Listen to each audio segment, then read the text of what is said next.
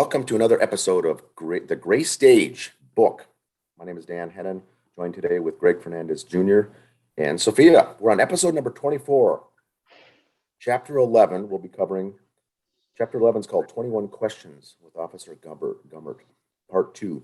This is, Greg, this is our second year, really our anniversary here. Happy New Year's, by the way, to everybody. Happy New Year. 2 years we've been doing the podcast, one per month, for the last 24 months on the book, The Gray Stage by Greg Fernandez Jr., basically turning this into an audiobook. Are we not? And I really hope that this podcast really helps people understand more about this case. I still feel like there's many people that have just not heard about this case. And once they do, we want to make sure that they're able to get access to all of the documents, all the photos, everything that they might need, and including having it in this podcast version here for people who would rather have it in a podcast version. Yeah, I'm looking forward to 2022, and this is a new thing. We're trying out Zoom here, and so far it looks pretty good. And once again, for those following along, this is the book. We've done a podcast on each of the chapters so far, basically reading every single line of the book and then talking, taking some time off and chatting about it, and having some discussion. Like you said, I've also learned something every single podcast that we've done. We'll be about halfway done with the book, Greg, after today's episode. Oh, wow. Oh, good to know. So we're right at the middle, 200-page book, roughly. We'll be at page 100 after today's show. So maybe we'll get 2 more years out of this, depending.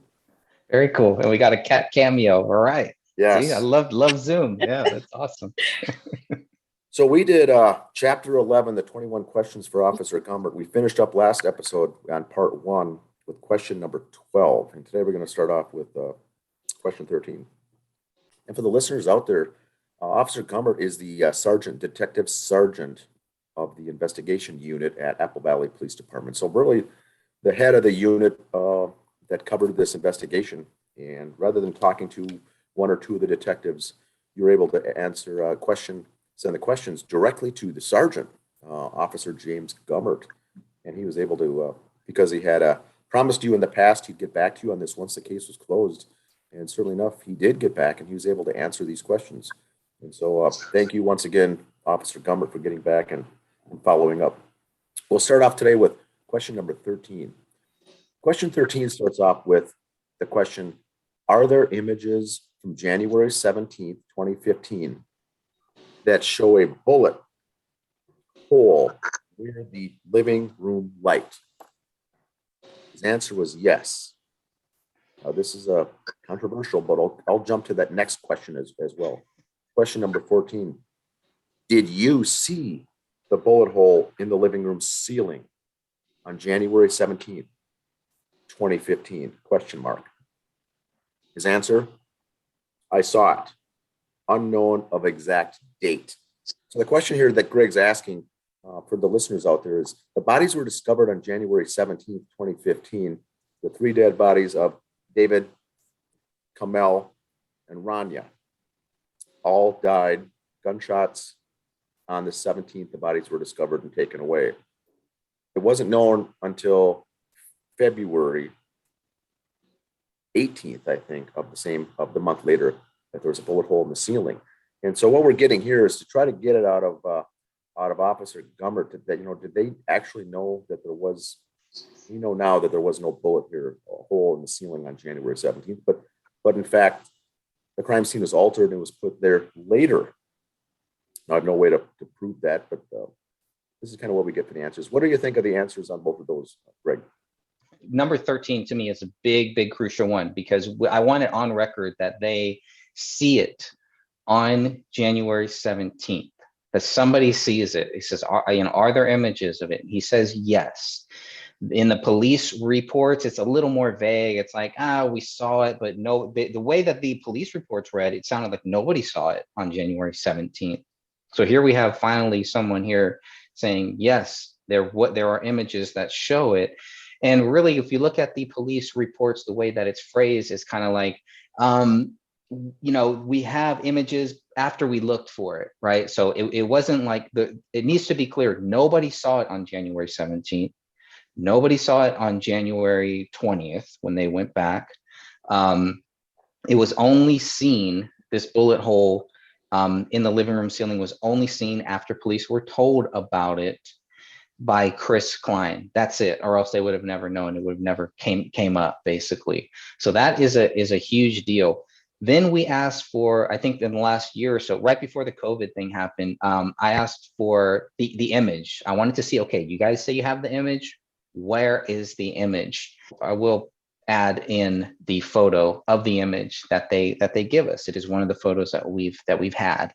It is the only photo taken from about the kitchen island, and it shows the living room ceiling, kind of where that bullet hole is. That's the only photo that we have. Now, that is a BC, the one that we have is a BCA photo. And the Apple Valley police told us that it was a Apple Valley police photo. So there's a little kind of strange thing there that's going on. So maybe they have the same photo, but the photo that they sent us is one that we already have. It's the only one that shows the possibility of a bullet hole in the living room ceiling. And I'm sure everybody can look at the image and you can decide for yourself if you believe that there is a bullet hole in that living room ceiling. I kind of lean towards that there is a bullet hole in that living room ceiling on January 17th, but I have not done extensive research or extensive, really looked at it and really dug deep, got some good software to really see, okay, is there a bullet hole from what I see? And they circle the area where they say that the bullet hole is.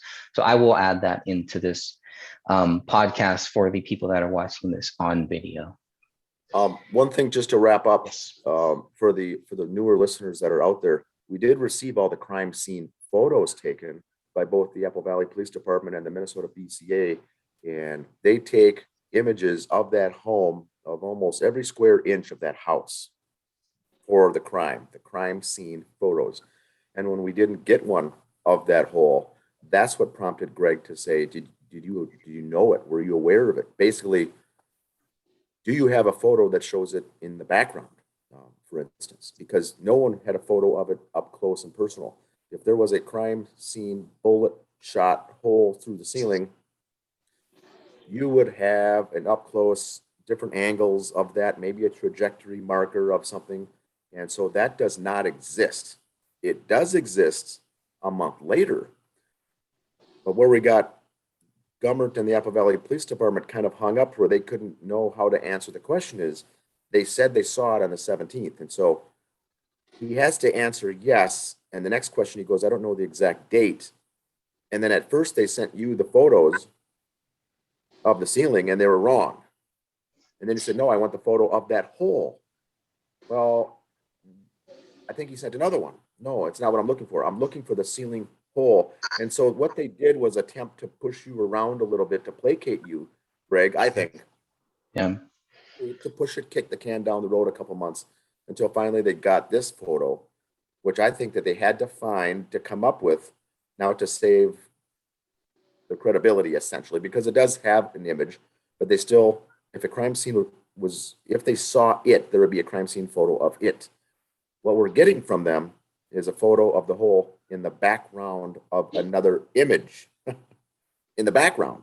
And you got to zoom in to try to see it. So that's the point of contention here in this question, is that they did miss it on the 17th. And they're really concerned about their credibility, Apple Valley Police.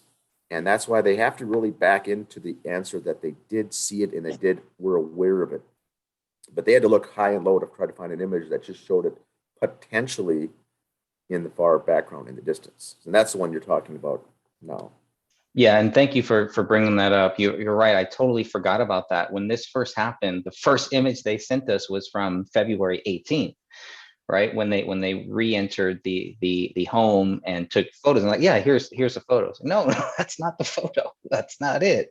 And the second time they sent a photo of the basement ceiling, and again, It was like, no. That's not what I'm asking for. Like, I had to really, hopefully I still have those emails saved somewhere, but I really had to make it very specific for what I was asking for, et cetera, et cetera. COVID happened. We had to wait maybe another year or so to get those, to get the actual photo. Finally, I forget who it was. Sophia, what's the lady's name at Apple Valley? I want to say Beth, but I don't think that's right. It's Steph. Steph. Yeah. So I think it was Steph who finally sent that image over. It seemed like she was just kind of tasked with it. And that's where the compartmentalization kind of, we really see that here with a lot of the people that are working for the Apple Valley. It's like the left hand doesn't know what the right hand is really doing here. Yeah. And, it's like you pointed out many times, Dan, it's a very small police force there, and they're not used to this type of thing, et cetera, et cetera. So anyways, that's a great point. It's kind of like they didn't really know. And then the only image that they have, the one image that they have is the one from very, very far. Yeah. So that is more further proof they were not looking for a bullet hole in the living room ceiling. Everyone knows that. We all know that. Maybe for legal reasons, they're very cautious about saying that, but there has never been one person in law enforcement who has ever stated that they have seen that bullet hole in the living room ceiling on January 17th. None, because they know if they did, it would be a lie, because nobody saw it that day. And and the other thing, just for me to wrap up, the other thing that we were looking for with this question, I think, Greg, was for Gummert to come clean and just say, we didn't see it. We saw it when we were told about it later. We have a photograph of it then. And no, we didn't. We're looking for just honest answers. We didn't ask the question to back him and paint him back into the corner to lose his credibility. We just want the honest truth. And the answer that he gave you, Greg, was so telling on multiple fronts. Number one, he didn't know about it, but he couldn't lie. And he certainly wasn't going to say, hey, I admit it, we didn't see it. That's going to make them look bad. And the police department is so worried about the reputation. We're to the point here now where we're looking to see the facts. And just tell us the truth. What if you didn't see it, you didn't see it. Yeah. It is what it is. You made a mistake. We're not going to grill you for that, but they are afraid of that. Also, like you mentioned, perhaps legal recourse. So they have to watch what they say and how they answer things, because that could make them look very negligent in their investigation. Well, there's also the BCA video of the crime scene from that day. And even on that video, you don't see the bullet hole. They don't even look at the bullet hole. They pan throughout the living room. You see the couch. They blur out the area where the bodies are. They go downstairs. They walk through the rooms, the kitchen, everything. No bullet hole. And when you walk into that house, it's generally almost right above your head. It's not in a strange, inconspicuous location in that house where they may have perhaps missed it. It was right in the entryway in the living room where the bodies were found. You couldn't have missed a bullet hole in the ceiling. So that's why this is such an important piece of information. Yeah.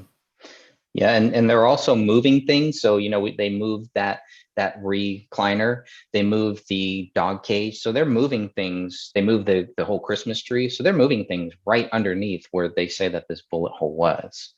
So, that's, I think it's still, for me at least, I'm still 50-50 on was there, I actually maybe 60-40. I do kind of lean more towards that there was a bullet hole there on January 17th. And I know actually William has also joined us here too. And I know Catherine has done this. William, I don't know if you've done this too. Sophia, you may have, I'm not sure, but kind of taken that one photo that we have, I believe it's BCA 4888, if I remember correct, or 4488, something like that. I'll put that up here, and kind of zoomed in and really looked at it. Obviously with the software that I have, the zoom is not that great. It's very pixelated.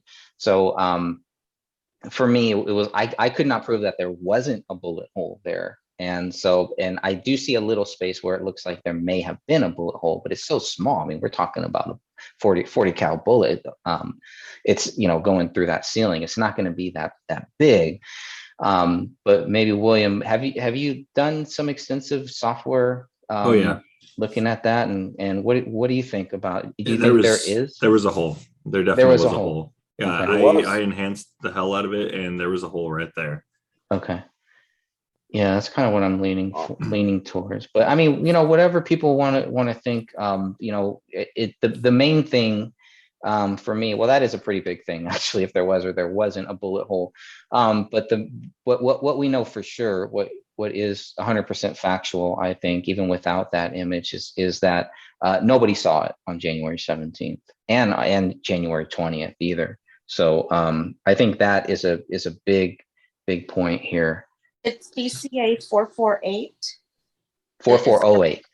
Yeah. Okay. Yeah, I always And- get that wrong. 4408. Thank you. And in that one, you can see where there's like a hole right above the kitchen table and chandelier that's right there above the kitchen table. Mhm. And then, but honestly, on my phone, I can't see the hole that's where they said it is by the front door. I'm gonna have to put it in on the laptop and look at it that way through Coral and everything.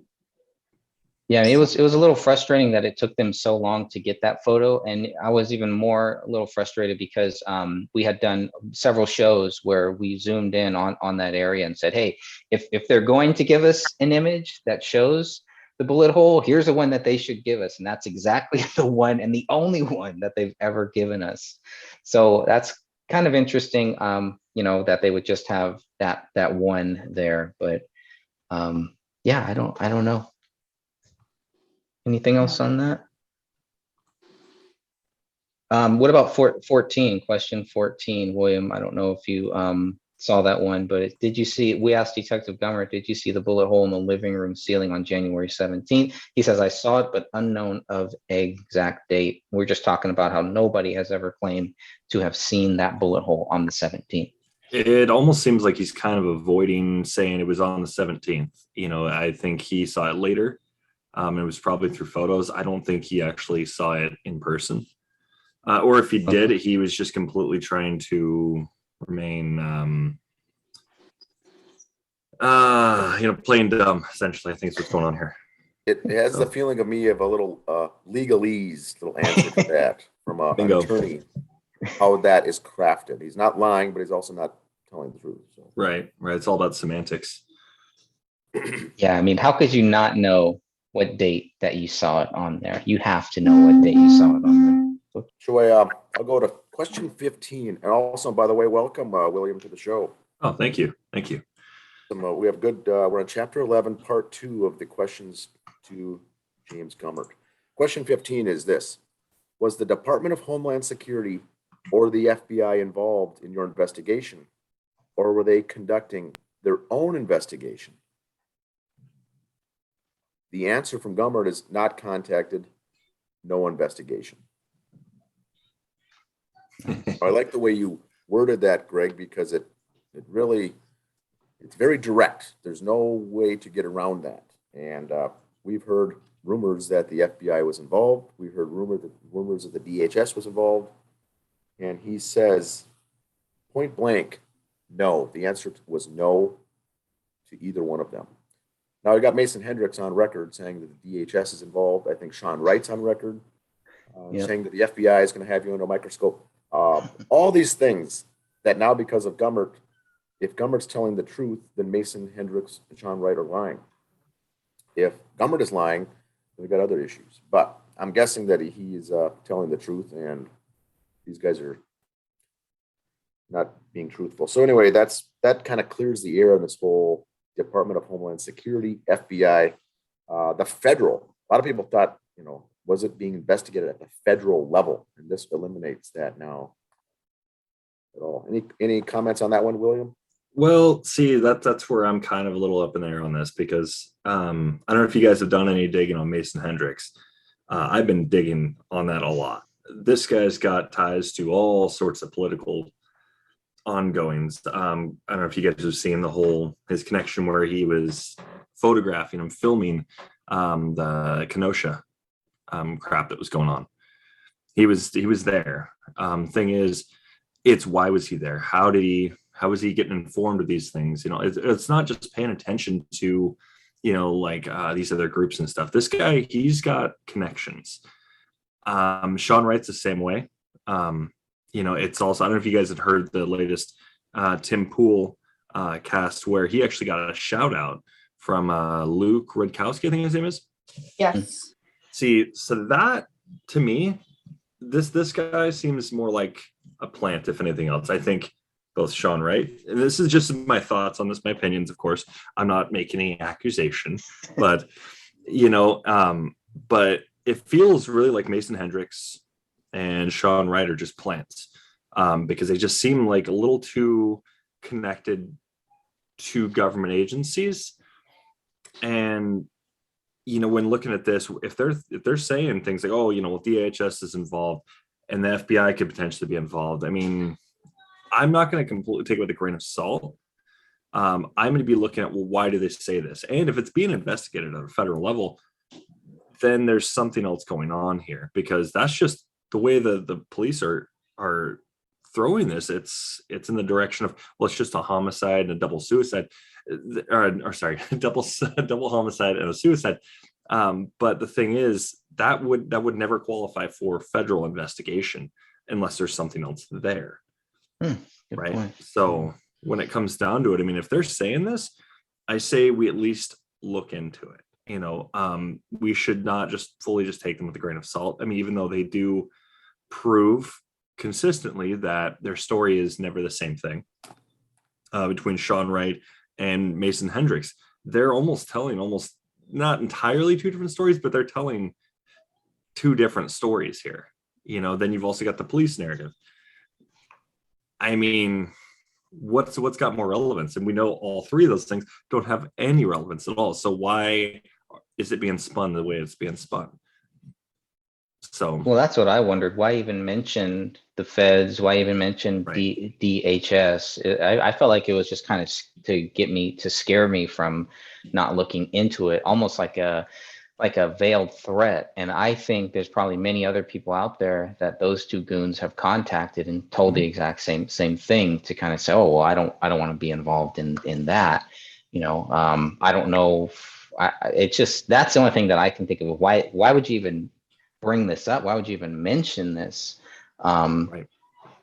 That's really weird. So I was really glad that Gummert was able to answer this question. And like Dan said, kind of put that to rest. I mean, Gummert has no reason to lie.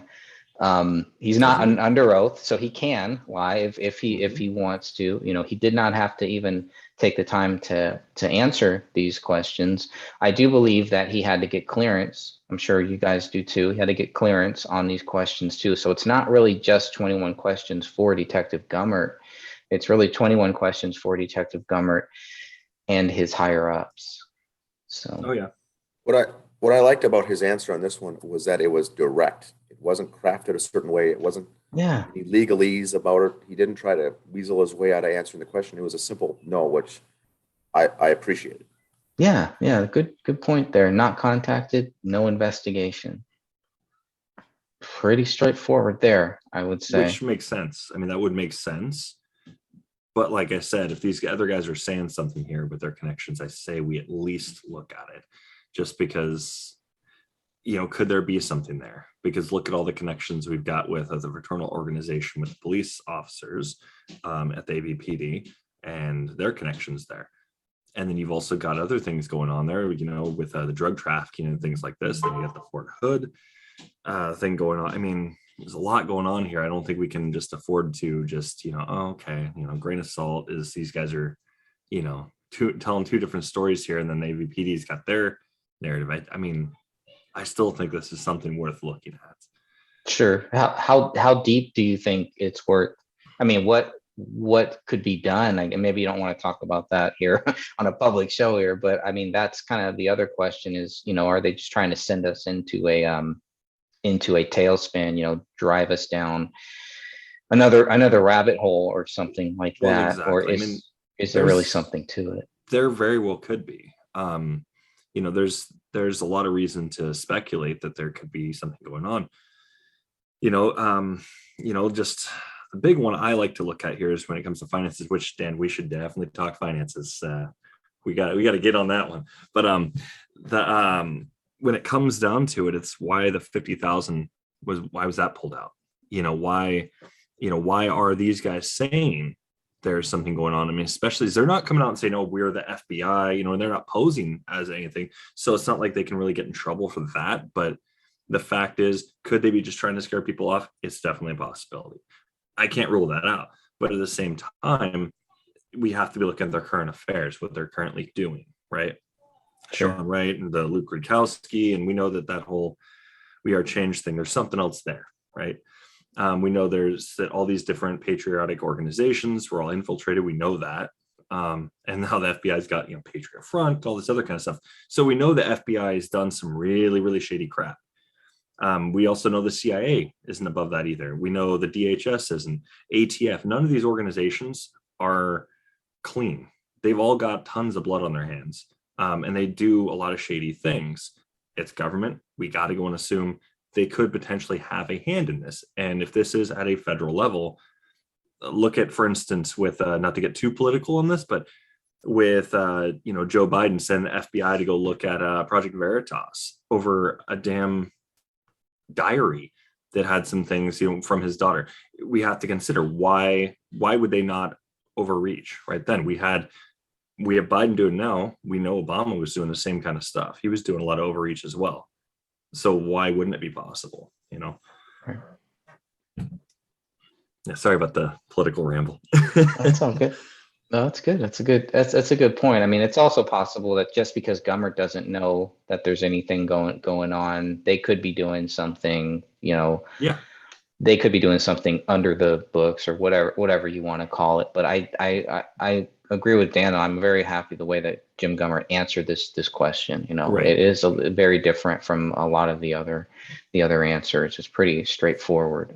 So maybe he just doesn't know about anything that's going on.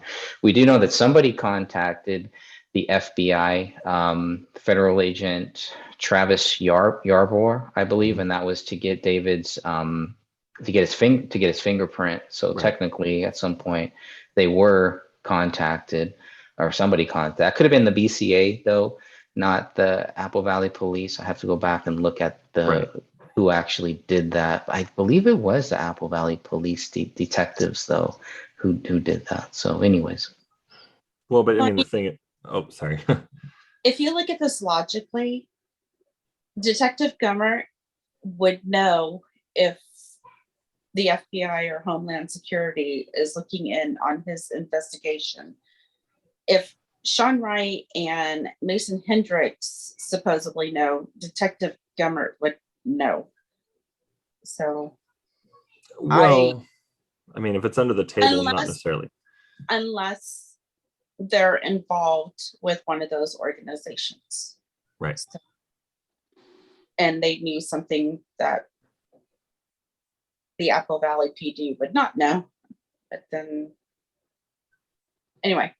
So, Yeah, and I can see that as a good reason to keep looking into it, because obviously if Sean Wright knows something that Detective Gummert doesn't know, then yeah, there's a big problem, and that's gonna say a lot about Sean Wright and his involvement in trying to steer people away from looking at this stuff, just from asking questions. Right. I mean, that was his main goal, was to Mhm. get people to stop asking questions, to just be silent while they just went off and said whatever they wanted to say, smeared David, did whatever they want to say about David, but we're all just supposed to sit here and just take it.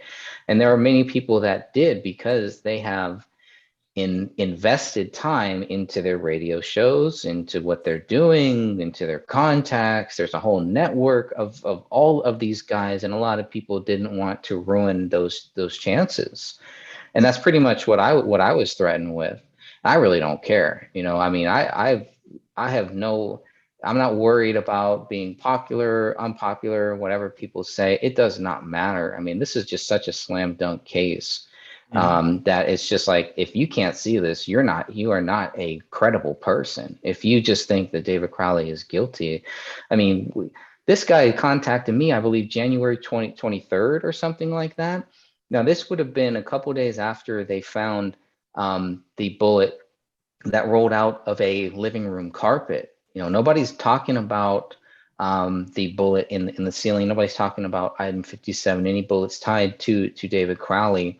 But it was like when that came out, that there was a cleaning company that was cleaning the house on January 20th and a bullet rolled out. It really seemed like things really heated up there. It was like, wow, okay, first they have the rear slider open. That was a huge one that came out on day one. Dan, I think that was one of the first things posted into the Justice group. Really, somebody posted that audio. We grabbed that That audio file, someone grabbed Yeah. it and posted it. Yep. Yeah, and it was like, wow. And then you had that. And then once item 57 came out, I mean, those are three huge things. That's way before any of the DNA or any of that other stuff that would conclusively prove David didn't do any of this. Mhm. And so yeah, it's, I mean, this is what someone who wants to cover things up would do, is they would start contacting people and start telling them, don't talk about this. Not even say, hey man, you know what? David's guilty. Don't worry about it. You know, we got it covered. The confidence in Sean Wright was not there. It was more of a fear from what I said. Like he was scared of something. Right. And it was like, we need to keep this quiet. We don't want to talk about this. It was not like, hey man, I'm really looking out for you. He seemed scared of something, and he wanted me to be scared of whatever that was too. That's the feeling that I got when I talked with him. Well, see, I recently just reached out to Luke Rudkowski and asked him why he was praising Sean Wright, especially when there's a connection to the Crowley case here. And I asked him, what do you actually firmly believe? Is David Crowley guilty or is he innocent? And I haven't got a response yet. I don't expect to get one, but I've been on top of that also on Twitter, calling him out, just publicly, like, look, this guy's kind of a fraud here. This guy, he doesn't stand for justice at all. He doesn't care. I was like, chances are he's probably a plant himself. It just seems too weird. Why is this guy, who's part of this organization that Sean Wright's attached to, that, and that there's going to be some attachment to David there. Plus, I mean, wasn't Luke Rudkowski also in the Rise as well? Yeah. See, Yeah, so yeah. I mean, who got the footage? Are we talking Sean Wright or are we talking David Crowley? Who got the footage here?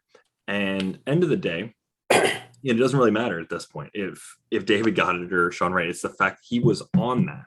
There's a connection. Yeah, the other thing from my background, William, too, is Luke Rudkowski is limited hangout type of a cat. Mm. That's not widespread known, but he's one of those who does not have a job. He's doing this for a job, and 80% of what he says is right. But he's also gathering and limiting who says what to where. And so he's, in my mind, he's not one of the good guys. That's why he's with Sean Mason. They do know him. They know him, and he's part of that We Are Change group. Right. And so that is why they're there. Mason Hendricks, no job. Sean Wright, no job. He now has a job, Sean Wright. And at the time, he didn't. Mason Hendricks just runs his own photography website he's a photographer. Mhm. And so when he starts seeing these people with no real sources of income doing anything, but yet they're all over in different cities and getting filming and interviews. Right. They're getting paid somehow. So that's the question. But that's Rudkowski. That's one of your giveaways. There is that they're connected with him, and so therefore you already have to take it with a grain of salt. And I don't think you'll get an answer. No. Not Yeah, I think good question to ask, though. Yeah, it is. No, it is. I'm glad that you asked that, because it needs to be asked. And the other guy is Adam Kokesh, who is heavily tied with Luke, and he used to have his own show. And I remember I watched Adam's show, and Luke pops up on there, and they do a whole skit and everything. And then so Adam Kokesh came out pretty violently, actually, towards people who were asking questions, and we still have those screenshots, and pretty much exposed himself. Now, a lot of people have been telling me about Adam Kokesh, and this guy cannot be trusted. He's shady, et cetera, et cetera. The cops busted in his doors. He's out a couple days later. All these weird things that you kind of see with the same cast of characters. Adam Kokesh is another. He's another one of these right? same guys, and that's what we see here over and over in the Crowley cases. The connections to all these characters. questionable.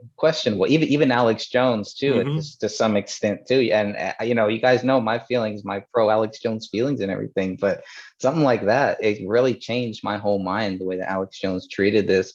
But he just kept silent, kind of like how Luke is. But when Adam Kokesh, I mean, he was like out there just planning this stuff and just like saying, hey, you guys are pretty much crazy if you think this. How Right. dare you, et cetera, all the same stuff we've been hearing. So, Well, also think about Mark Dice. I mean, Mark Dice, the same thing. And I know he's got a background, very, very colorful background. As much as he'll probably try and even say there's not. There's a colorful background there. Not even just between just him and We Are Change. It's also just you've also got his relationship with Alex Jones. So now you've got that almost a direct line to Luke Rudkowski. yeah. Going to Alex Jones. Okay, then you've got Sean Wright and all these guys, and Sean Wright even applied, for, went in for an entry or whatever for Alex Jones's Infowars. Yeah, I mean, there's a lot of shadiness going on, but then you've also got what's his name? I don't remember the host's name. Awesome guy, Gary Franchi. That's it, Gary Franchi. He came out and said something. I think it was like once or twice about David Crowley, but it was only really? Yeah, it was only like once or twice.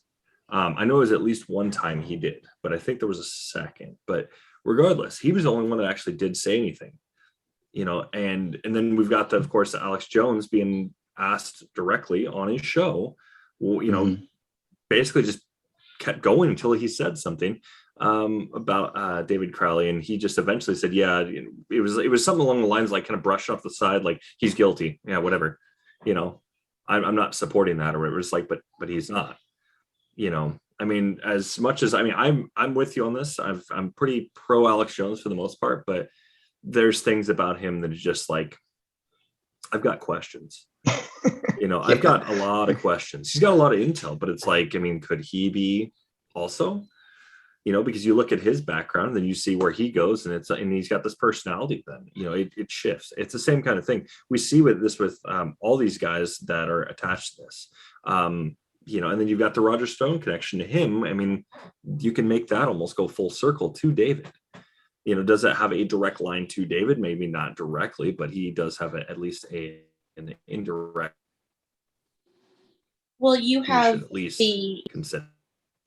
You have the Patriot Truth Tellers, and then you have the Patriot Truth Tellers. And that's what we're seeing in this huge circle. They're only telling the truth to get paid. And they're not going out on a limb. They're not actually getting that truth out there, the real truth. They're only doing what their finance. They only go so far with the truth. Yeah. Yes. Not to the finish line, but just enough to. Yeah. And the David Crowley case is just never going to be in that category. So it seems like it would fall in line with everything that they're talking about. That's what's exactly. The weirdest about exactly. It. Yeah, but it's completely off limits. Right. David, that was a murder-suicide, and that's it. Don't ask questions. Don't pass go. Don't even look at it. Don't even look at it. Well, it's the same. Let the family grieve. See, I like to go and put these things in the same category as you've got the Parkland shooting. Okay. Mm-hmm. We've got Sandy Hook. I'm tiptoeing around that one, as I know people get sued over just even mentioning that. So I will tiptoe. I'm just going to say Sandy Hook. And then you've also got a trigger word for YouTube. So be careful. Well, exactly. That's why I just said just the term Sandy Hook.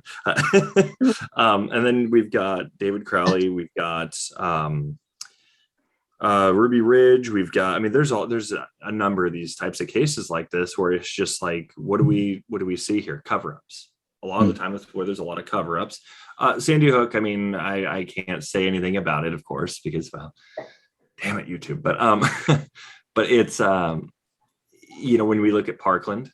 There was news anchors actually getting interviews with people, and they said that there was another shooter there, right? I've got the footage of this. I had to dig for it, but I do have the footage of this where people are saying and these are students and teachers alike, both saying the same thing, that there was in fact another shooter there. Well, that's kind of weird. Why would there be another shooter? Then you've also got Stephen Paddock, that whole case. Yeah. I mean, that entire thing, there's more going on there. So, even just mathematically, when you look at the angle and all this, is he going to be able to hit those things? No, he couldn't hit those tanks very well. I mean, not all of his guns are going to be able to. I went and did extensive research on that just to go and figure that out. Is it possible? No. So not to mention, there's also people in the crowd saying the same thing. There's another shooter. We're seeing this type of thing. There's video. There's tons of video that talk Exactly. about all that stuff. How did this guy get all that all the guns, all the ammo? How did he get all that up there? I mean, there's so many questions, and it's like, why shouldn't we talk? Like, if we really want to figure out whether it's true, why shouldn't we talk about it? I don't think Sandy Hook should be this big thing. They're acting like, well, if you question it, then you're saying that it is a hoax, that nobody died, et cetera, all of that. And it's like, well, you know what? We need to question these things. Mhm. We don't want these things to keep happening. You have to question this stuff. They questioned David Crowley's death. Did David fake his own death? Did they all fake their own deaths? Is that why people are being silent? Why they're not talking about it? Yeah. I don't think it should be off limits. Right. I don't know. If you had these same guys that are talking about these other stuff, if they were talking about the David Crowley case, would they be censored? Would they be sued, et cetera, et cetera? I really don't know. I mean,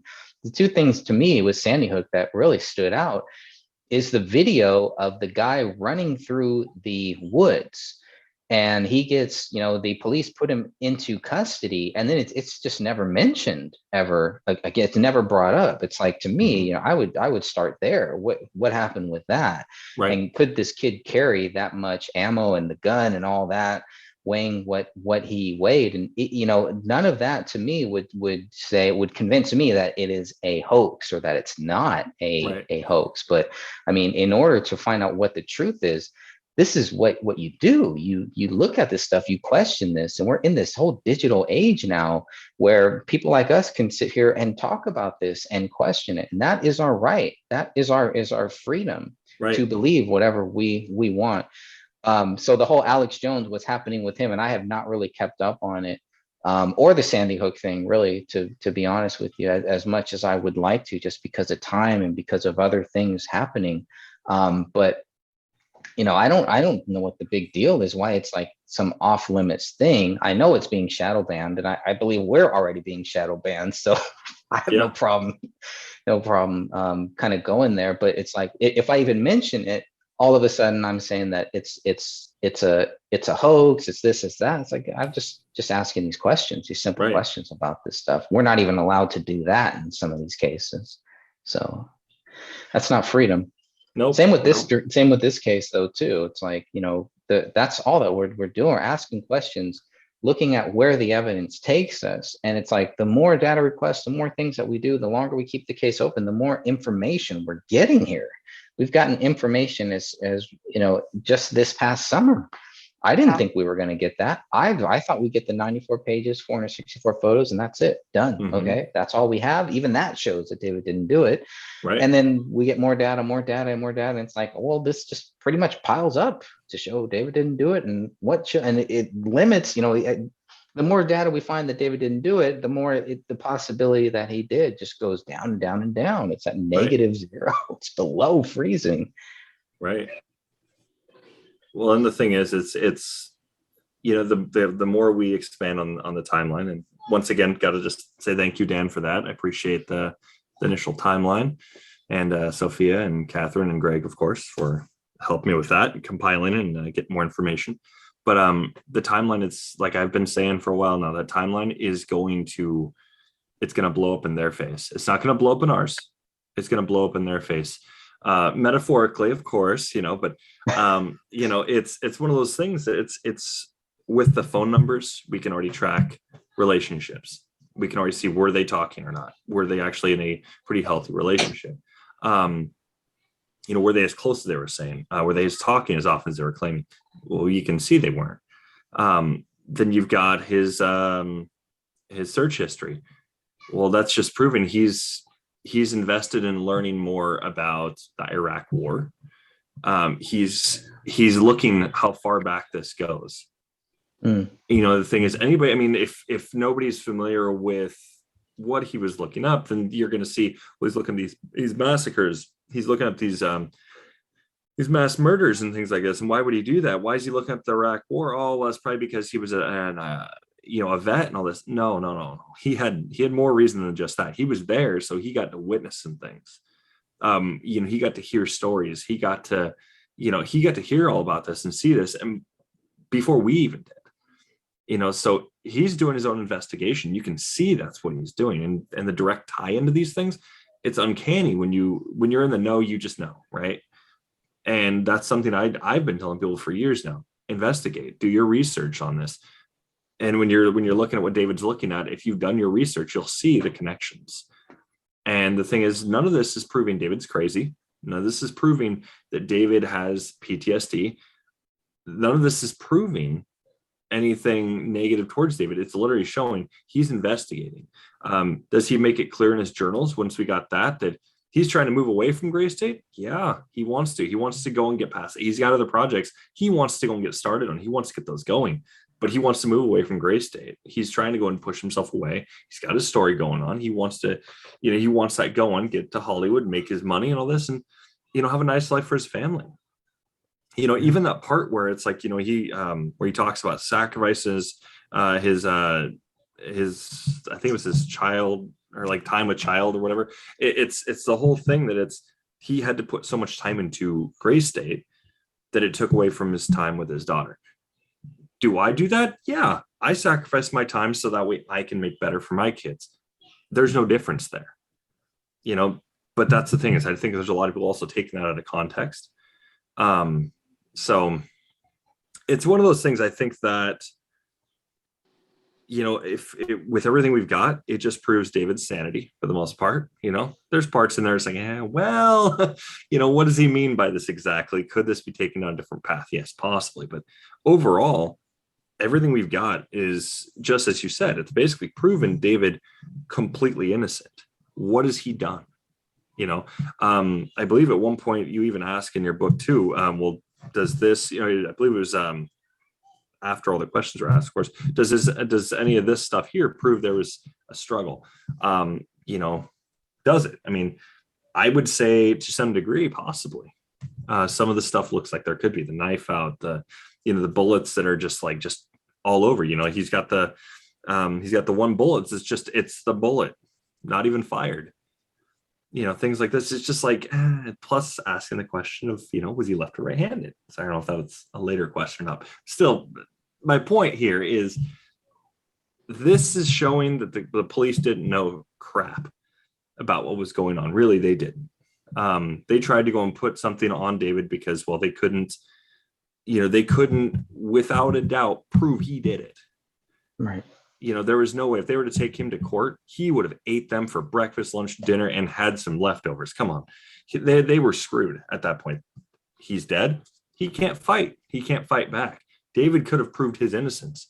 The thing is, that's why he's dead, I think, because, well, he can't fight back. These questions, God, they're a godsend. Really, they really are. Because they just show, what do the police know?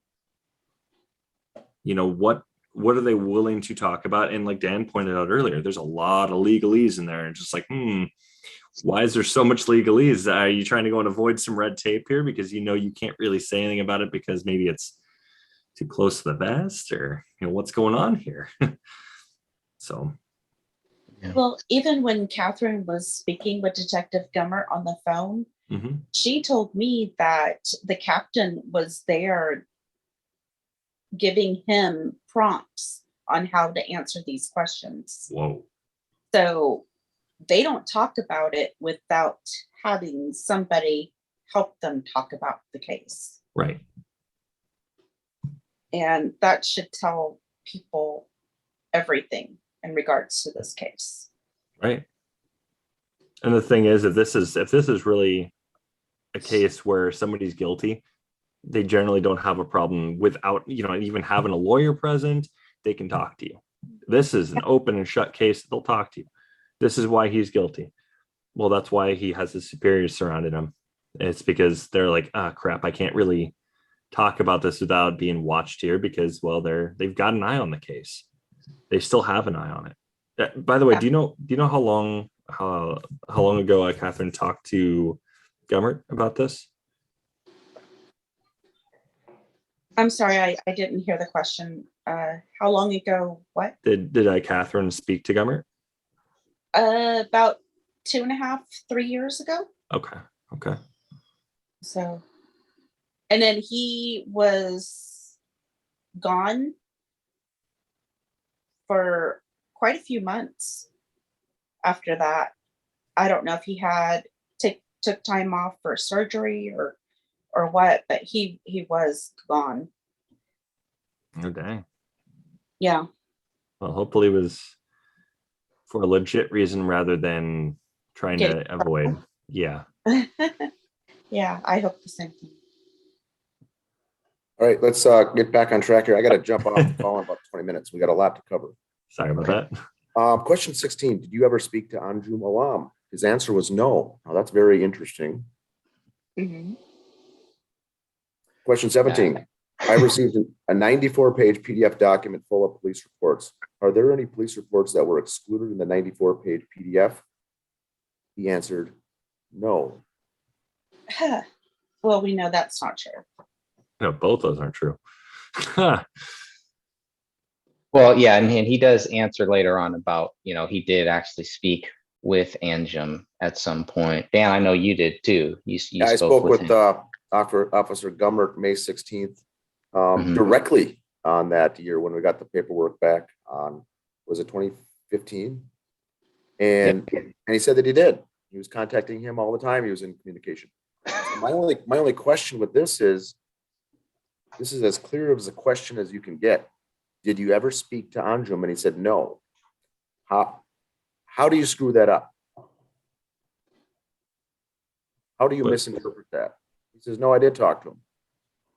Well, and this goes back down to that one of the previous questions we just had, where he was very, very clear and concise. Like basically a double no on the answer, and he's blatantly lying right here.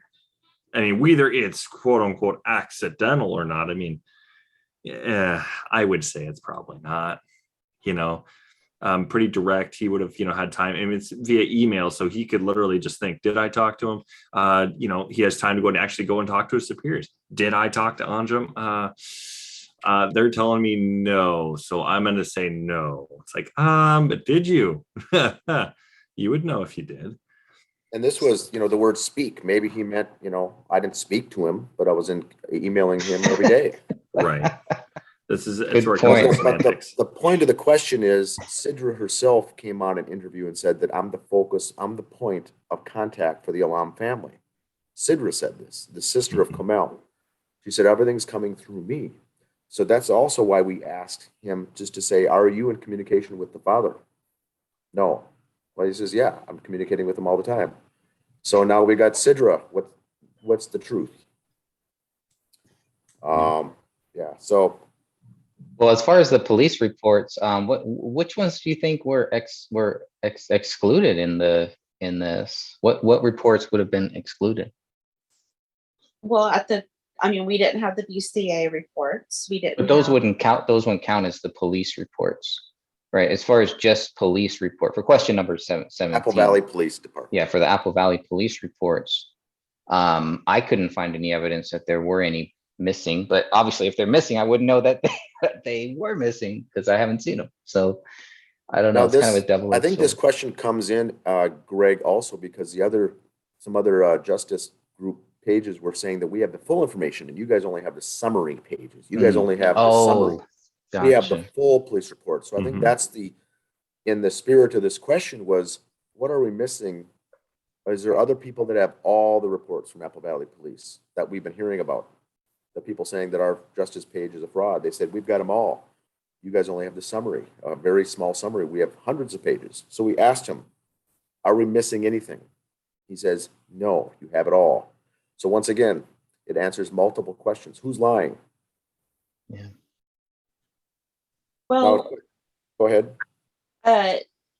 In regards to summaries, that is just a technical word that they're using for each little thing that they add to the police report. These police reports look just like the other police reports that I've received from Apple Valley and another police department in Minnesota.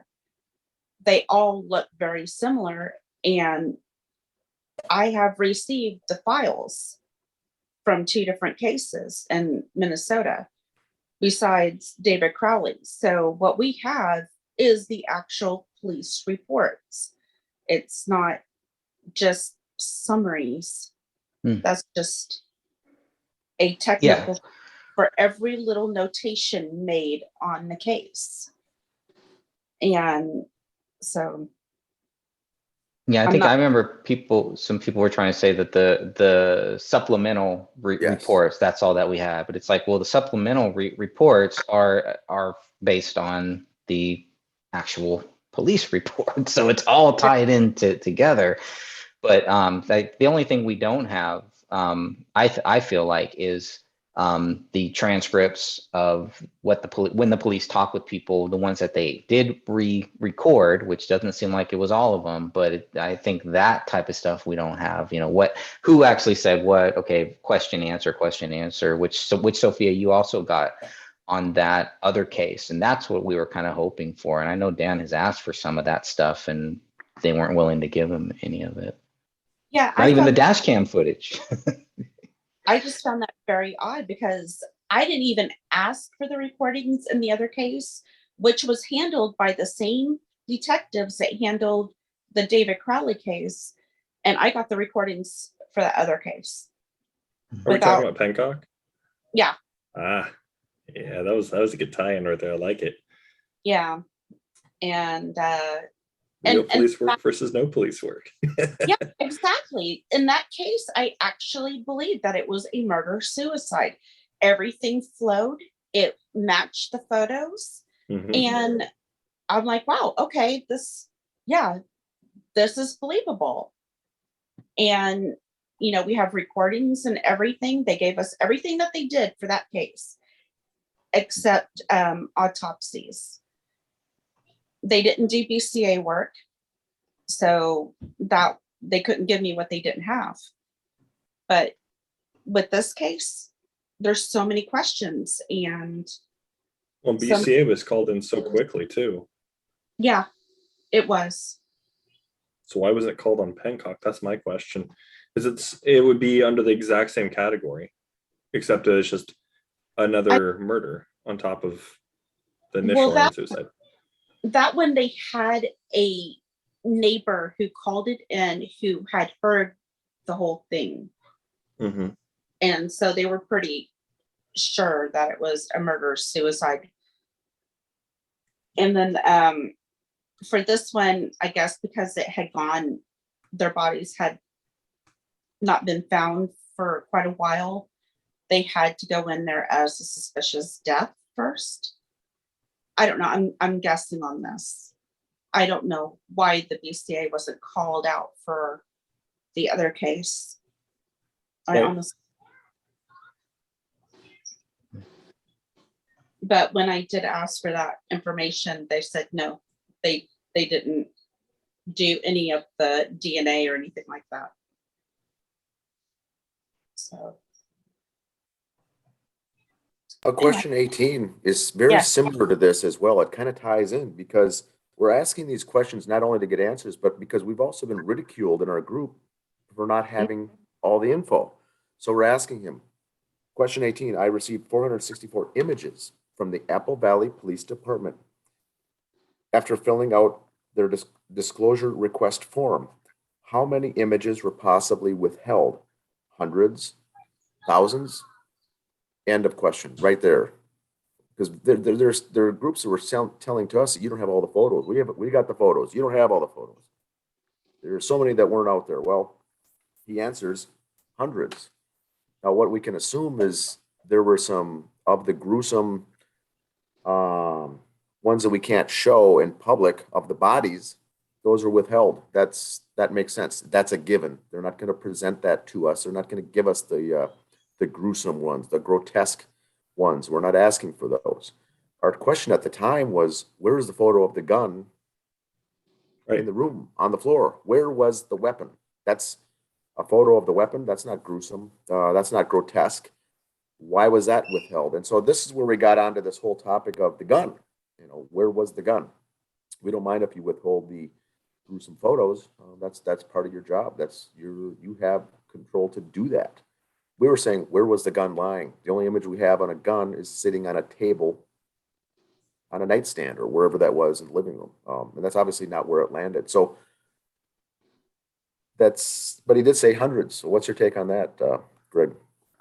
Yeah, hundreds. I was kind of expecting that. I know because Tom Lydon had said, they received, hundreds of photos and this and that. And so, yeah, hundreds is not that shocking. I was just glad it wasn't thousands, because I figure, well, the more that images that they have, the more possibilities that they may have a photo of the living room ceiling, of the hole in that living room ceiling, which they did not have. So, I mean, hundreds is still a lot of photos to withhold. So just hundreds of photos of gruesome stuff. Is that why it was withheld? I mean, why withhold hundreds of different photos? I guess that was the big thing. And I don't know. I still don't know why. The point on this was, you're right, Greg. It was the Tom Lydon Fox 9 news report that spun this question. And the previous one. He said in his interview, I think that he said he had 1,500 pages of police reports from Apple Valley Police Department. I think that's what caused our question number 17. Yeah. Mm-hmm. How can you have 1,500 when there's only 94? We asked Gummert, how many others that are out there that we missed other than 94? He says none. And then I think the photos, Tom Lydon also said that I saw all the photos, all these things. Well, which ones did you get that we didn't? Well, he said there's hundreds withheld, but it still comes to be the same thing. We've got inconsistencies is the word. Yeah. My question is why is he more privileged to have that than we are? Well, that's what was weird is Tom Lydon was showing photos that we didn't have, that were not part of the 464 photos. So I was like, okay, well, how many more do they have? Tom Lydon also said that it was given out mistakenly. And he insinuated that he actually was given photos of the three bodies, very gruesome photos too. So, well, the clarification on that, and that's a good point. Officer Gummert told me directly that there was a mistake, an administrative mistake, that gave him the full CD of all the details to Tom Lydon. That should not have gone out to him. That was a mistake. He did admit to that. He shouldn't have got that one. There's a version that we got, and everyone who files FOIA requests, and that version, that CD of the photos and the 94 pages should have been what he got. He got the full Monty. That's where this started all coming in from. And Gummert said that he apologized.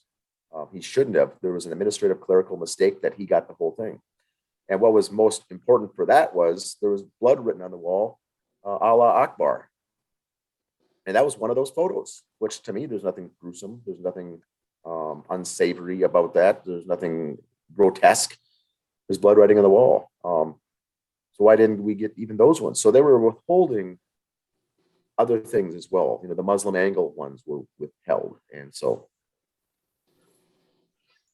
In regards to the, wanting to have the gun photo in situ, for the other case that I was researching, that happened in the Apple Valley area, and that was investigated by the same team. I got photos, about 7 to 9 of them, of the gun in situ for that other case. Yep. And that's typically what you would get in a crime scene. You'd have 4 or 5 photos of just the gun, different angles, everything. We didn't get a one. Yeah. And it was not lying by the bodies. It was several inches away from David's left hand. And like we said, you can crop it out. You can scan it. You can blur his hand if you want. We just want the photo of the gun. Yeah. So that was withheld. Why? Why would the gun be withheld? And so those are I think those are honest questions. Very fair question. Yeah, absolutely. It's very curious the way you answered too with it. It's why would they withhold so much. Like I said, we know for a fact there would not have been hundreds of pictures of the bodies like this. And if there was, well, then I have questions why they took so many damn pictures of the bodies when it wasn't really like I understand getting like few angles of the bodies each, Well, but even if there's 20 photos of each of the bodies in different angles, that's 20, 40, that's 60. He says Yeah. hundreds with an Mhm. S. mhm. I would guess there's 10 or 15 maybe of each body, and that's maybe 45 photos that we don't want to see. Right. I'm not interested in seeing those. But he Right. said he withheld hundreds of photos. I know. Yeah. That's what what I'm I getting don't at. understand. Yeah, it's not all those photos can be grotesque. And if it's, and like you just said, it's, if it has a picture of the bodies in it, we just want a picture of the gun. We want to Yeah. see where was it when they got in there. Is this the same gun that was actually set up there or not? Well, we know that. I mean, you can see that now with the photo, but it's just kind of weird why they wouldn't, like Sophia was saying, she was able to take a look at the Pencott case and be able to see where the gun was at, different angles and all that. So why wouldn't they do this for this? Doesn't make any sense. And I'm sure just, he'll. Mhm. oh, and just for the record, for the listeners, over time, we have received a lot more photos. I mean, probably all the ones that are available, besides the ones of the bodies. And we have made those available for the group and for anybody researching the case. Right. But Yeah. this Yeah. years ago that these questions were asked. Sure. Yeah. And having the photo that we have now that does show the bodies and does Mhm. show where that gun was found, as long as the Apple Valley City attorney has not confirmed that that is an actual photo. No. Hopefully they will. And but if that is a real photo, it shows exactly what we've been asking for years. Where was a gun found? Where was the barrel pointed, et cetera, et cetera. This How image close gives to the you all of hand? that. How close to the hand, exactly. And it does seem to match within a couple feet or one foot that they say. So it does seem to match that. And it's like, this is not a big deal, guys. Why are you withholding? There's no reason to withhold this. I mean, it Right. pretty much, it doesn't help their case because we know David is right-handed. Doesn't help their case because when you look at where the gun was fired, where the bullet landed, where they say the bullet traveled from generally west to east or something like that. So it maybe doesn't line up with whatever they're trying to say. Maybe that's why they were withholding it. But other than that, I really don't see any reason to withhold it. And if somebody has it, if people were given that, and if it's public data, then we should have been given that too. So hopefully we'll get some clarification on that soon. Now, the next question is very interesting, Greg. Number 19 for Gummert is it possible to get the censored images that will help prove 3 bodies were found at the Crowley residence on January 17th, 2015? His answer is no. So obviously he said no. We were expecting him to say no, but it's one of those situations that you're not going to know the answer until you ask the question. So we had to ask it. This came in light of many people or many other groups and many other folks that said that this whole thing was a hoax and no one was killed at all. They were all possibly mannequins found at the body at the scene, or 3 people, for instance, homeless individuals that resembled them, killed, put in their place to make it look like they were the ones killed and not really Cobell, David, and Rania.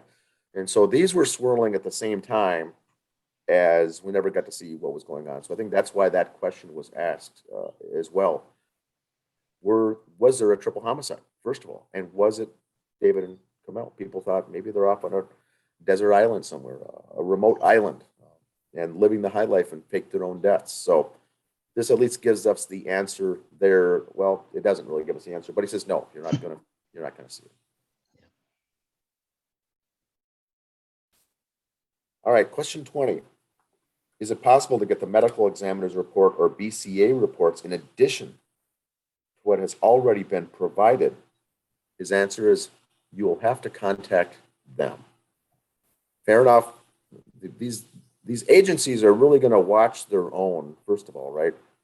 Take their own agency under their wing, and they're not going to do any effort, put any effort forth for another agency. They're going to say, you know how to contact them, get it yourself. fill out a FOIA request. It's not our job. And so that didn't surprise us too much, right?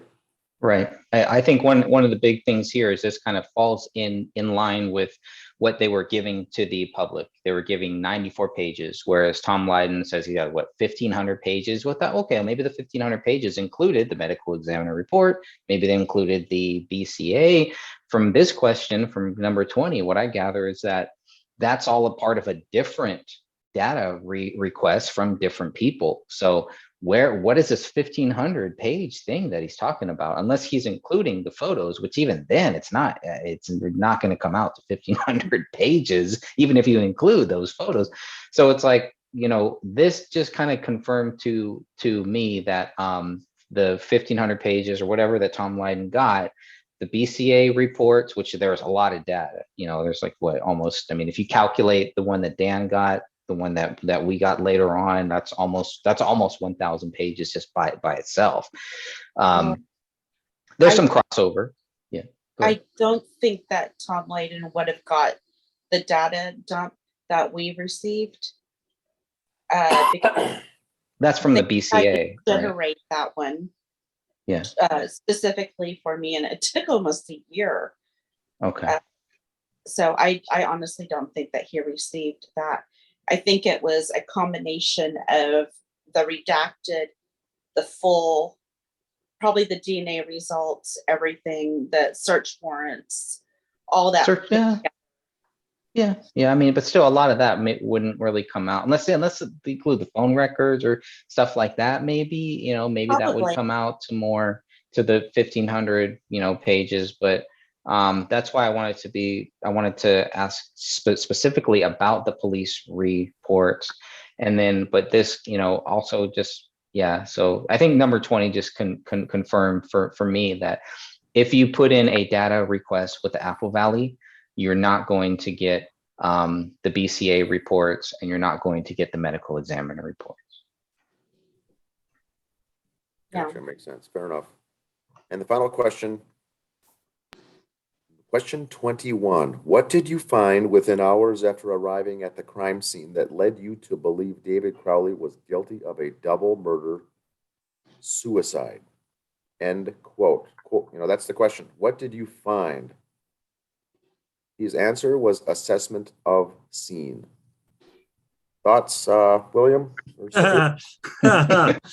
Oh man. Well, that just shows he's not capable of critical thinking or even looking at a crime scene like at all, really, because it's pretty obvious David didn't do it. We could see all sorts of different things. This guy would have more experience with firearms than I would. Sure, I'll give him that. I don't own a gun, but this guy, he's a police officer, so he's had training and all this. He would most likely have knowledge of the firearm.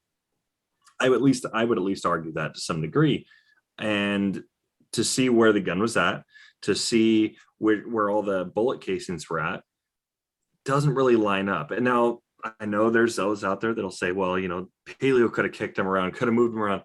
Okay, yeah, that's taking a stretch here. I'm not going to go along with that really at all, because there's a lot of bullet casings that were just like, they're off to the right.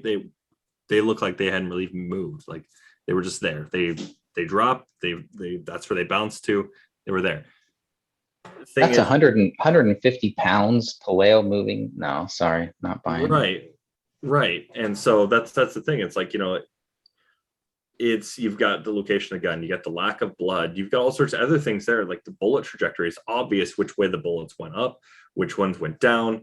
It's the guy's not very capable. He honestly should probably quit that. He's not very good at his job. At least we can see it through this. Now, if we look at Pencock, we can see he knows how to do his job. And so did he really get that much extra training on homicide, from David to Pencock? That's when we got to look at the cases. How many homicides were happening for him to actually be able to do his job effectively on Pencock, but not on David's? Was he new to being a detective on David's case? This to me, it's him just automatically making an assessment well before he should have. He didn't, like I said, he didn't question bullet trajectory, didn't look at blood spatter. He didn't look at the lack of blood. You got those that are saying, well, with all the blood that would have been there, it would have, been soaked up in the floor and all this. Well, then what about through that other hole that would have been there? Blood would have been downstairs. Where's the blood? Where's the blood soaked into the wood? Where's that? I'd like to see that. Where's the blood in the carpet? Well, we see that it looks like body fluid is all that looks like that's there. Why were the bodies moved? It's Well, the question that I have, and I think this is fair, kind of touch on your point, William, and then I got to jump off in about 5 minutes, was Officer Gummert's background as a detective so good that he rose up through the ranks and then became the sergeant of that group because he was such a good detective? Or did he get a promotion elsewhere and was a traffic cop and then got a promotion to be a sergeant of the detective unit? And that's more of a police officer question. Does that happen? Would you get promoted and get a job and inserted to a spot where that's not your forte? That's a good question. I don't know. Now, the opposite of that, the offset to that is, if I was to walk in and look at the scene at the Crowley house and any armchair investigator, of course it looked like David did it. And in a couple hours later, you would assume that he did. But what they're taught as homicide detectives is treat everything as a homicide until you start ruling things out that it is a suicide. Even in suicide cases, you're supposed to treat it initially as a homicide. That's what everyone, that's 101. I'm not even in law enforcement, I know that. Right. You have to treat it as a homicide until the evidence leads you to a suicide. So the fact that he said right away and made public in the press releases essentially is, we're treating this as a double homicide suicide. And that is not good at all, the fact to even say that. But I also think that they were protecting what they felt was the citizens of Apple Valley by saying there's not a killer on the loose. We don't want anyone scared that the killers are out there. Well, that's also poor because the killers are out there and have been now for 7 years. And so it's, once again, it's out to save face. It's to save respect for the department. They're doing everything they can to show that they're good. Then the problem is that they're not. And that's why when I honestly left that review on their Facebook page, a review on the Facebook page for the Apple Valley Police Department, 1 through 5 stars. What do you think? I did 1 star. I said, I hope they get the education and training they need to beef up their skills, because the Crowley case in particular was horribly done. I did 1 star, posted, and it went public. That's And my then- opinion. That's And, my and then opinion. they banned you, right? Or after They that, pulled it right? off. They pulled it down. It was removed 2 weeks later. That review 2 weeks later was deleted. And so I asked Gummert himself personally, who in your department is deleting comments for your customer satisfaction for your department? You're a business like any other business. Public, right? Leaving ratings there, whether you run a deli or a restaurant or a manufacturing company. Your ratings are what people think of you. That's their opinion. It's supposed to be left open for 1 stars, favorable, unfavorables. Greg, you've got a book out there. I'm sure people have left unfavorable reviews. It's not your job to now start censoring the ones that are unfavorable. Right. I wasn't giving them a shot either, as far as just dissing them. It honestly was, I thought, a 1 star. Their department's a 1 star. I don't like them. I don't think they did a good job. Now, did they do it on purpose, and were they covering things up on purpose? Who knows? I can't answer to that. But what they did in the Crowley case was not what I would call quality at any level. And so let's just left them an honest return, a rating. Well, I mean, this is the way I like to look at it. You brought up armchair detectives and things like this. My very first stream I did on the case, it was pretty obvious to me. I watched a Gray State. It was obvious he didn't do it. They made it obvious, yet people are trying to say that it's obvious he did it. Well, how is it obvious? Because when you're presented with everything, you can see he didn't do it. So I'll catch you later, Dan. All right. See you guys. Thanks, Dan. Hi, Dan. It's Always one of good to have Dan there. Oh yeah, absolutely. Still hoping we can talk finances on the financial reports. Hopefully we'll do that. But when it comes down to this, it's like if I can do it, I mean, I'm just the average Joe. I can look at this case. I'm sure you guys did a lot of the same things. You guys look at this case and be like, no, David didn't do it. There's no way. You know, just the initial look. Yeah, he didn't do it. I'm sure you guys did too. You know, I'm sure there's others that have as well. Just looked at it and like, well, it's impossible. David could not have done this. And that's without even having to do heavy research on the gun or his training on, you know, the bullet trajectory, you know, and actually like looking at different parts about the crime scene, actually breaking it down, almost down to the molecular level on this. Like you could look at it and see he didn't do it, but yet they're still adamant. So that just tells me, I mean, like going back on the quality of service, there's still a government agency, and we know that our government loves to go and cover things up. You know, I mean, look how long Vietnam was covered up for. Did they actually start it? No, we did. You know, that came out with FOIA requests. You know, we got to see that. Gulf of Tonkin was BS. Yeah. So, yeah, it's the same thing with this. So when they're a government agency, I mean, to expect them to not delete a bad review, I would expect them every single time. Look what they did on YouTube. Crying out loud, you can't even listen to the resident in chief's you know, thing and actually be like, oh, I didn't like what you had to say here. You know, disabling comments. It's so different. They've been censoring for a long time here. Yeah, they even took the dislike away. So yeah, and like, people went above and beyond. We're like, well, fine then. Comments, dislike. YouTube's like, well, let's remove that too. People will find a way. They'll find a way. Oh yes. They have the will to do so, and they're going to do it. So that's why I can't see the dislikes anymore. Yeah, Interesting. yeah. Okay. They took it away. They took it away. Is it that bad? It's still negative. It's safe You're space. just not to see it. Right. Okay. Safe Interesting. space for people now. Why even have it? Why not just Right. not have? I think because when Facebook started, they had a dislike too, and they just completely took it off of Facebook. Yeah. It's to give you the illusion that you have a choice. Yeah. Wow. Yeah. Yeah. Well, it all way to comes put down to it. freedom, and our government, since you know, Piss Pants took office, he Cat number 2. yeah. Yeah. before he pooped himself even. You know, it's the whole, you know, they've been censoring us. I mean, you guys look back at the Patriot Act, things like this took place before David. You know, we're looking at you know, PNAC, we're looking at all these other things that are going on, and you know, you got all these other people that are like, hey, you know, this isn't okay. We got September 11th all this happened. What is David looking at here, right?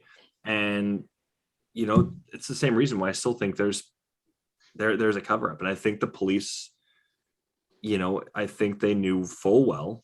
I think they're doing their minimum amount. They're taking minimum steps with this. So, and I think this is also, you know, we got to see Pencock, so we got to see comparison. Why wasn't that taken more seriously like Pencock was?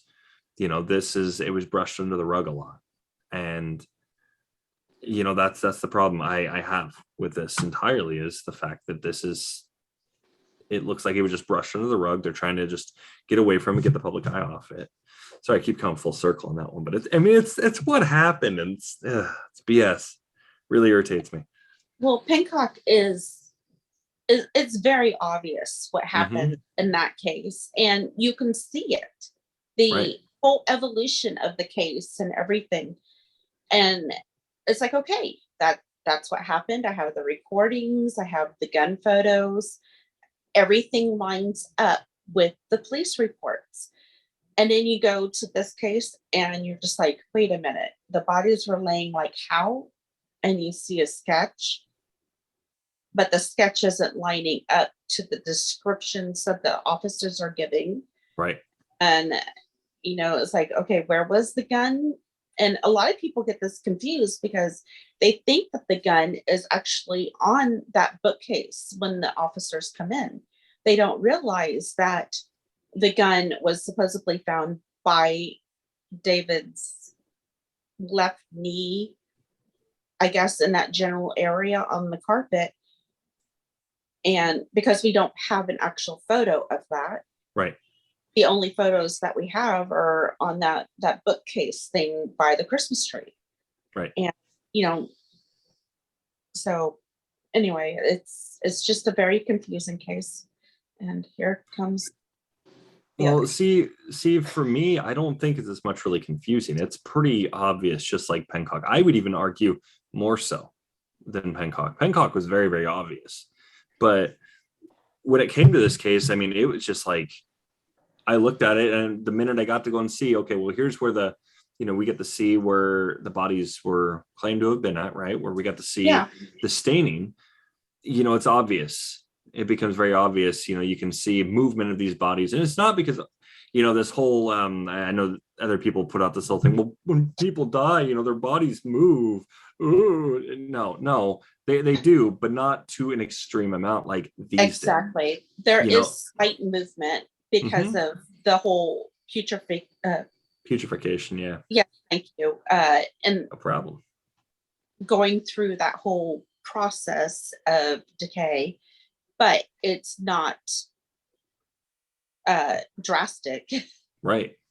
Well, and even then, see, so as I know that people bring up this whole bug issue with that too, because that's also going to help with decay process, just like mold will and mildew and things like this.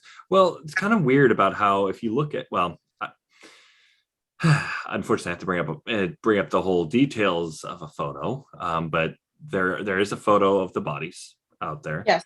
And if you were to look at Renia, she's got what appears to be either mold or mildew growing on her, while the other two don't have any. Now, the thing is, their bodies at that point, they would both be having, with the amount she had, they would have had some growing on them. There was none on them. Okay, now I looked and looked and looked. I couldn't find an ounce of it. And, we don't have every angle, so that's fine. But I looked as much as I could because some of the photos did have pieces of the bodies available for us to see. And this is what they gave us. Like you can see the hand of David, where it's skeleton, where it's literally skeletonizing. You've got a picture where you can see Kamel Kamel's upper body, like, with the couch and all this. And then you can see part of like David's like lower, like I think it's like from his knees or maybe a little above, right onto his thighs, down. You can see all that because of the angle. Any thoughts on the The last, just the very last one here? I mean, my only thing that I would want to make on this one for 21 is, it was a pretty clear question. What did you find within hours? Within hours, I specifically wanted to know that because within hours they're claiming this, right. And so it isn't like okay, it took me a whole year to assess this scene or to figure out that they did it. I want to make it very clear. Why are you guys saying within hours that David is guilty? And it's the assessment of this scene. So it's like when you walk into this scene within hours, we've seen a lot now. We've finally seen, the photos where the gun was. We've seen the body photos where the placement was, and looking at all of that, I mean, I don't understand how someone would walk in, especially a trained police officer, would walk in and say that this is a double murder suicide, case closed almost kind of thing. That really stuck out to me, and that bothered me then. That still bothers me now. But that's why I specifically phrased this question like that, to say like, within a few hours, why are you guys accusing this guy? Like, what did you see when you walk into this crime scene? What could you have possibly seen that would show you that David Crowley is guilty? And the answer to me, and this is also the reason why I put this last. The answer to me is one of the strangest answers that I've ever seen. Everything that I have looked at in regards to, and I was trying to pull up this particular quote. I've looked at textbooks for crime scene investigation, blood spatter, forensics. I have textbooks on all of those, and they were all saying the very same thing about you don't go in with a closed mind. You look at everything. The autopsy, just everything. And you take that into account. You are looking at the whole entire case. And this is why they suck. Just saying. And here they're just saying they looked at the crime scene within 2 hours. Their assessment said that he was guilty. We didn't take other things into factor, but Yeah, That's they're a it. crappy police department. yeah, that's They it. suck. That's literally it. Yeah, 1 star, I'd give them like -20. They suck. Like bad. I mean, they make I've mostly looked at a lot of Portland cases, if I'm being honest, because I live here. So, and the police department we have in Portland, far better than Apple Valley. Apple Valley's crap. I've looked at other states and looked at how they handled their cases as well, and they didn't fumble this hard. This was just like almost like just straight up, just like, I don't want to say negligence, but just like they suck. They really, really suck. And at this point, I think I would have, if I were the police chief, I would have fired them all. I would be like, no, unless there was some reason for, for keeping them around, but I don't see any good reason to keep them around. They suck that bad. But Pencock, they proved that they are capable. I kind of see it the other way, really. Even in the Pinnock case, they also missed a bullet there too. But when you look at the first treadmill. It was it was in the treadmill, right? I mean, nobody's going to look in a treadmill. The officers even got awards for their investigation of this case. Yeah, That's they true. did a terrible job.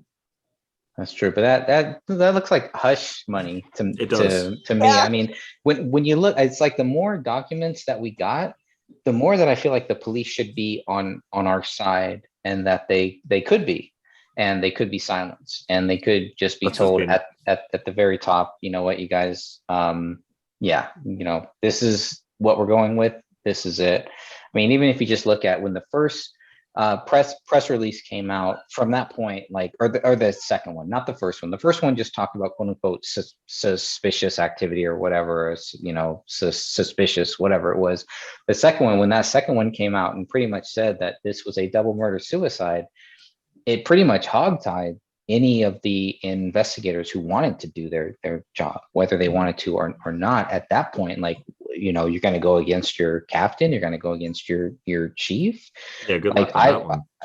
I would expect, the whole point of those higher ups are to kind of be the filter and say, wait a minute, you guys missed this, you guys missed that or something.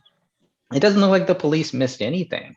It looks like it got to that point where it was just like, well, this is what we're going with. But they were never really, it doesn't seem like they were really told to, they weren't pushed to really look for anybody else. It was always just, I felt like the police were always pushed to just look for what proves David Crowley guilty. They spent a lot of time trying to prove that, and definitely failed. And even after failing, it was just like, that's why I don't believe there was any final police report or any final, okay, this is what happened step by step, like we've seen in other cases. It was just kind of shut down, silence. And I really believe that's why Detective Gummert was like, look, we're not talking about this. He was probably told we're not talking about this, and forgot that he had already told me that he would talk about it after. Yeah, and so that's why, he was probably being told, okay, you're going to run this by us, and then we're going to go and we're going to give you your answers. We're going to tell you how you can answer. I mean, it felt that way. I'm not even going to argue that that's definitely what that looks like what's going on with Gummert. But at the same time, like I said, with Pencock, we got to see they can work. They're not the best detectives by any means. I would even argue they're still, they're just like mediocre at best. I wouldn't say they're great, but it's the whole, we got to see they can work cohesively. We know they can show there's communication between each of the detectives on their team. We got to see all this. They can work cohesively and all have the same answer. With this, it just doesn't seem like they all have the exact same answer, just like how, like they all have the same conclusion. Yeah. But I think they have a different route on how they took it to get to that point. And I think that will be an interesting one to do is to ask them individually. So how do you think this all occurred? Right. I can almost guarantee they're all going to have a slightly different story. It'll probably be more slight. I want to say that way, more slight than how, Danny August Mason, Hendricks, and Sean Wright all like how different their stories are. I can almost guarantee it's not going to be like how vastly different it was with those. They all have the same conclusion too, for the most part. David did it, end of the day, David did this. But when it came down to, just how it all happened, then you start getting the whole pack theory, and then you get the whole, David just snapped, right? Well, even the police don't have it written down as a pack theory. Right. And the thing Right, is, because that would make it a double suicide and a murder, right? Right. Not a double murder suicide. Correct.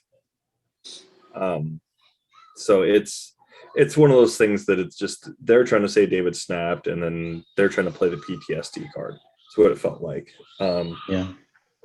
That he was taking in too much conspiracy theories, and he just cracked, and along, that coupled with his quote unquote PTSD that he apparently had, even though Mitch Heil was like, no, he didn't have it, he would know what that looks like. And he was just like, he didn't have it, but yet coupled with that alleged PTSD, then that caused him to snap, lose sight of reality, since he was obviously taking mushrooms, and the marijuana was playing a huge influence on his life. It wasn't. He makes it very clear in his journals, so they didn't read that either, obviously. Yeah, I wouldn't even say they didn't really skim it very well, which they suck at skimming. If that was skimming, they're terrible. They should learn to read better. Just saying. But when it comes down to it, there was so much missed, and all these claims that the police department made were inherently false. Just all they had to do was just look at the facts, and they'd be able to see it. And I think you might be onto something. Maybe their hands were tied, and they very well could have been. The captain's saying this, and the chief is saying this. So do we go against it, or do we, risk losing our job and being humiliated and ridiculed? Possibly worse. Some police departments do that. So, or do we just kind of just go along with the narrative and, keep our jobs, possibly get a recommendation, or not a recommendation, but commendations. And I think they just kind of just took the better offer, is what it was. Yeah. It's really not. I'm too giddy for this case.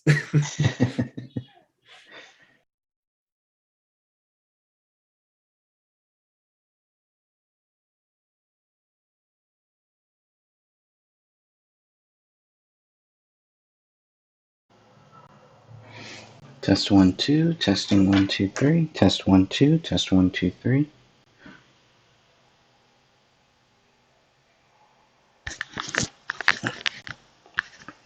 Testing 1 2 3, 1 2 3, 1 2 3.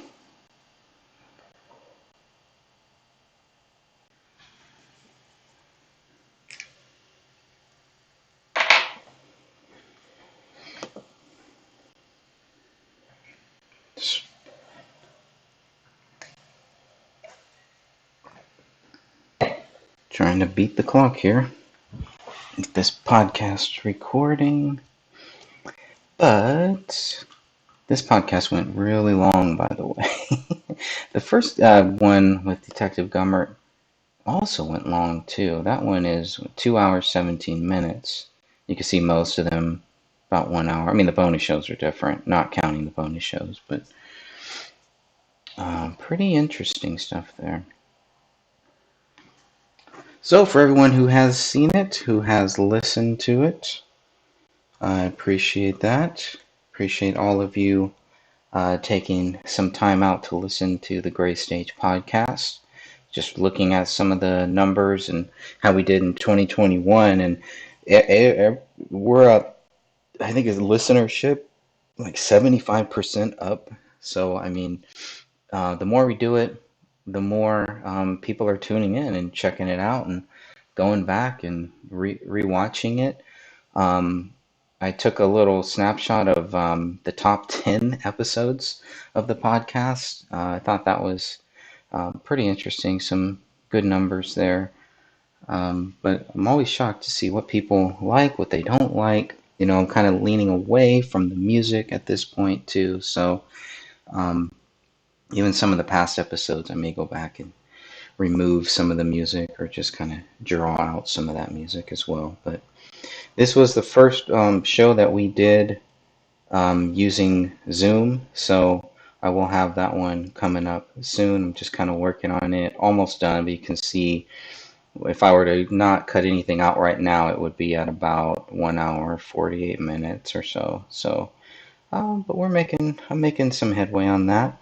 I'm looking forward to sharing all of that with you later today for all of you who are watching this live. But I just really need to record the outro, which is kind of long actually. But I need to get that done so that I can add that to the episode and make sure that I stick to the schedule of having the podcast available on the first of every month, so you can see how far back I am. What a great way to start the year, right? Um, I still got some hours, even if I don't release it till to tonight, it would still be fine. So let's see here. I don't even remember what page it was. So there's Detective 21 questions for Detective Gummert. First episode did really well. We got through the first 12 questions. People seemed to really respond to it, and I was very happy with it. But what I need to add is just everything after question 21 and on. So that's what you're going to hear today. Maybe some outtakes, maybe some of me stuttering, stammering, but yeah, why not? Let's start out the year fresh, new, and revived, and let's make 2022 a great year. Main thing is to not give up on this case. So I hope you all enjoyed listening to the Gray Stage podcast. This was episode number 24 of the Gray Stage podcast, and we were joined by Dan Hennen, myself, Greg Fernandez Jr., Sophia also joined us, and from Strange Investigations, Mr. William Rail returned to the podcast. And we are looking forward to the next podcast, and we'll be going over some of that. But right now, what I'd like to do is kind of give this podcast a proper outro, and that's what you're going to hear right now. So, from the newest version of the book, this is starting at page 113 of 234. Mr. Fernandez, Detective Gummert added in his response, I understand my answers are short and to the point, but based on your questions, you have read all of our reports, and there is nothing more to add on my end. If we did not cover it in our reports, then we did not feel it necessary to do so. I have come to the realization that there is nothing I can do. There is nothing I can say or do. Let me reread that sentence. So let me maximize this, if that will work too or not. I don't know if I can make this full screen. That would be kind of cool. Maybe that's asking too much. Oh, well, not what I wanted, but close enough.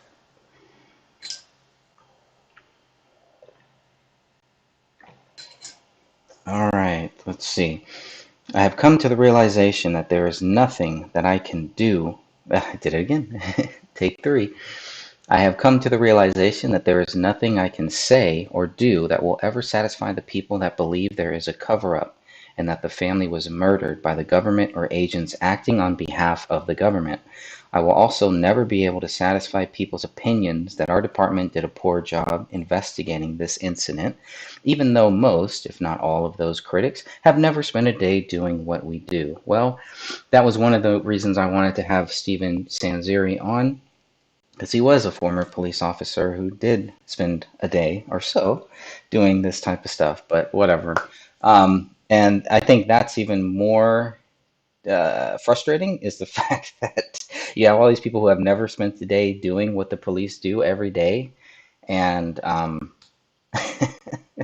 we did not make the assumption so quickly, so easily, so fast as to what some of these officers did. Now, see, the thing that's really weird is where he's. I mean, I can already tell somebody is in his ear.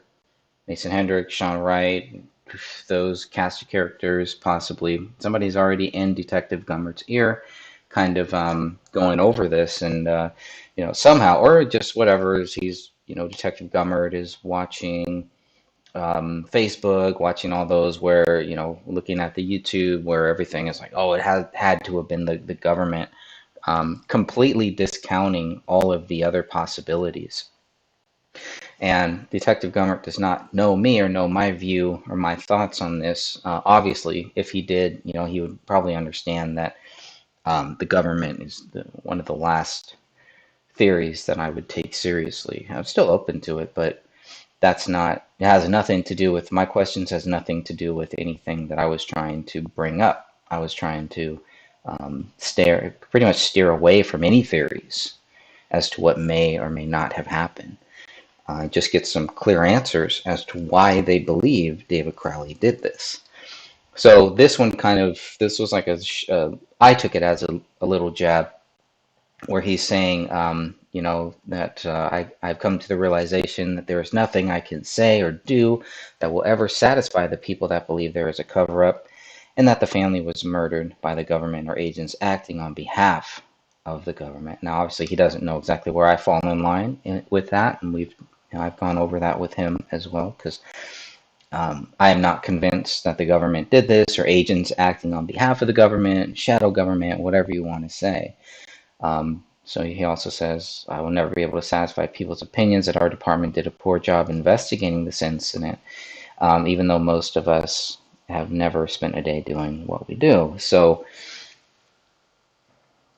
mistakes were made. I would think so. A poor job, that could be, I could see that why some people, including myself, would think that a poor job could have been made and probably was made. But it has nothing to do with, government or anything like that. For me, it's just when we look at what they did, what they missed, how quickly they assumed David Crowley was guilty, the lack of evidence to prove David Crowley guilty. I think that's why a lot of us, at least for me, let me speak for myself. That's why I believe that they did do a poor job investigating this. Now, the more documentation that I got, the more I could see that it wasn't as bad as I thought. They did investigate this. They did do a lot of work looking into why they thought David Crowley did it. They didn't find anything. So that is not only a poor job investigating, it was a horrible job to come to the conclusion after all of this investigating that David was still guilty. Now, if you want to start there, I can see that. It makes the most sense to them. That's fine. But 1 year later, 8 months later, after you have all of the evidence and you have the phone records, their financial history, you have everything there, the DNA results, and you see that there really is nothing that ties David to these murders, but you still are going to say that David Crowley is guilty. I think that is a poor job investigating because you still had time. And maybe they still do. And I hope that they will still think about that and still think, and realize that the case is not closed. It can't be closed right now. And you do not have closure on this case. Anyone who thinks that, well, if we just say David Crowley is guilty, that's going to give us closure. It's not going to give you closure. Not at all. Quite the opposite. You are assisting in a cover-up because you are covering up what the real truth is. And the real truth is that David Crowley is not guilty. There is nothing that ties him to being guilty. So why are we assuming that David is? Anyone who is assuming and wants to convince other people, in some way, you are part of a cover-up. You're helping cover up what we really know and helping cover up what the truth is. You are not helping the family grieve. You are not helping the people move on. You are only fueling more fire to the BS that has been going on for so many years now.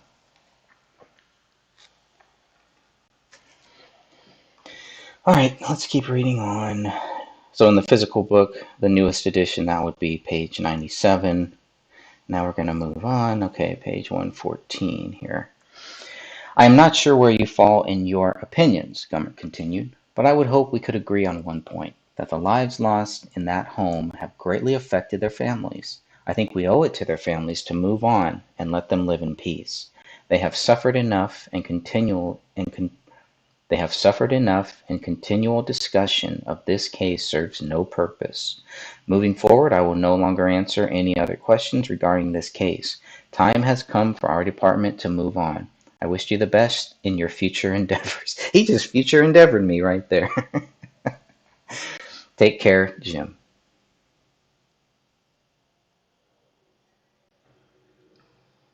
I've never been future endeavored by anybody until now. Until then. And remember, all of this takes place way, we only had the 94 pages, 464 photos at that point. Dan Hennen may have had the additional 711 BCA photos, maybe, but that's questionable too. But we didn't have anything else. We didn't have the DNA, didn't have any of the stuff that we would get months, years later on. This is all that we had. And so looking at that, I was hoping we would get something here that would show why they believe David Crowley was guilty. What evidence did they have? What evidence did they use to prove it? I didn't see it. But I do agree with the point that he makes that the lives lost in this home have greatly affected their families. Not only their families, but a lot of people. But then he says, I think we owe it to their families to move on and let them live in peace. Okay, you owe it to the family to get to the truth. That is what you owe to the family. That is what you owe to the friends. That is what you owe to the public. Because if it's not true, if David did not do this, then there is still a killer or killers running around out there. Detective Gummert knows this. I don't need to explain this to him. He knows that. So again, it's, good, bad, good, bad. But anyways, it's kind of the agree to disagree thing. But I mean, this is another thing that we've heard. Well, just move on. Let them, oh my God, let them rest in peace. Let them live in peace. How can you live in peace when there is no closure, when this guy has been accused of a crime that he did not commit? How do you move on from that? How do you get any peace knowing that? You can't. It doesn't happen. They have suffered enough. They have suffered because the Apple Valley Police Department, has failed to prove David Crowley guilty. That is why they have suffered. That is why they continue to suffer. And that is the big shame here. That is the gray shame here. That is the real issue here. Not us looking into it and asking questions. And somehow by doing that, we're not letting the family live in peace, not letting them go to move on. They can move on at any time. I don't control anything that the family or friends do. They want to move on, move on. Best in your future endeavors, okay? But to move on and to act like the case is solved and David Crowley is guilty is complete bullshit. That is not the case here. But if you want to move on from that, you can. But I guarantee you're not going to be able to sleep at night. You're not going to be able to look yourself in the mirror knowing what really happened. You're going to continue to question it too. So let me question it for you then. All right? I know how difficult it can be for friends, for family, to try to get information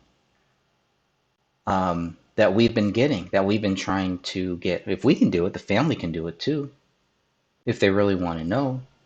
And some of them will, and some of them one day will. One day, you watch, it will happen. The family, somebody from the family will come out and say, you know what? Yeah, we should take another look at this. Yeah, we should spend some time on this.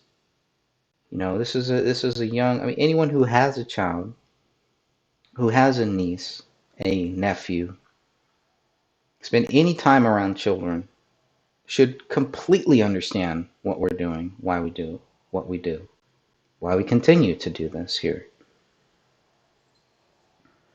And if you want to take David Crowley out of it, all that, whatever, Kamel, you want to think she's crazy and everything too. That's fine, but to say that you're going to move on and living in peace, to let the family live in peace means to not ask any more questions, to forget about this case when there is clearly no evidence David Crowley did this. To me, that just doesn't make sense. It just doesn't add up. There's no closure there. What type of closure do you think that you're going to get from that? You're not. All right. Should I move on and stop rambling here? Perhaps. So moving on, he's not going to answer any other questions regarding the case. But I do appreciate Jim Gummert for answering these 21 questions. I want to make that very, very clear. And whoever he had to get clearance from to answer those questions. Thank you all. But the time has come for their department to move on. So they can't tie David to the murder weapon. They have no motive, no reason why David did this, but because they couldn't find that anyone else did it, it must be David. That's their response. Is that the response that you want from your local law enforcement? If something like this happens, is that the response that you're looking for? As a citizen, ask yourself that. Ask yourself that. Situations like this could then happen. You could be involved in a situation like this. Anyone could be. Is this how you want your investigators to respond to an alleged, assumed double murder suicide? This is what you want? I don't think so. I don't think Detective Gummert would want this. Okay. So after I read that, hey Jet, how are you?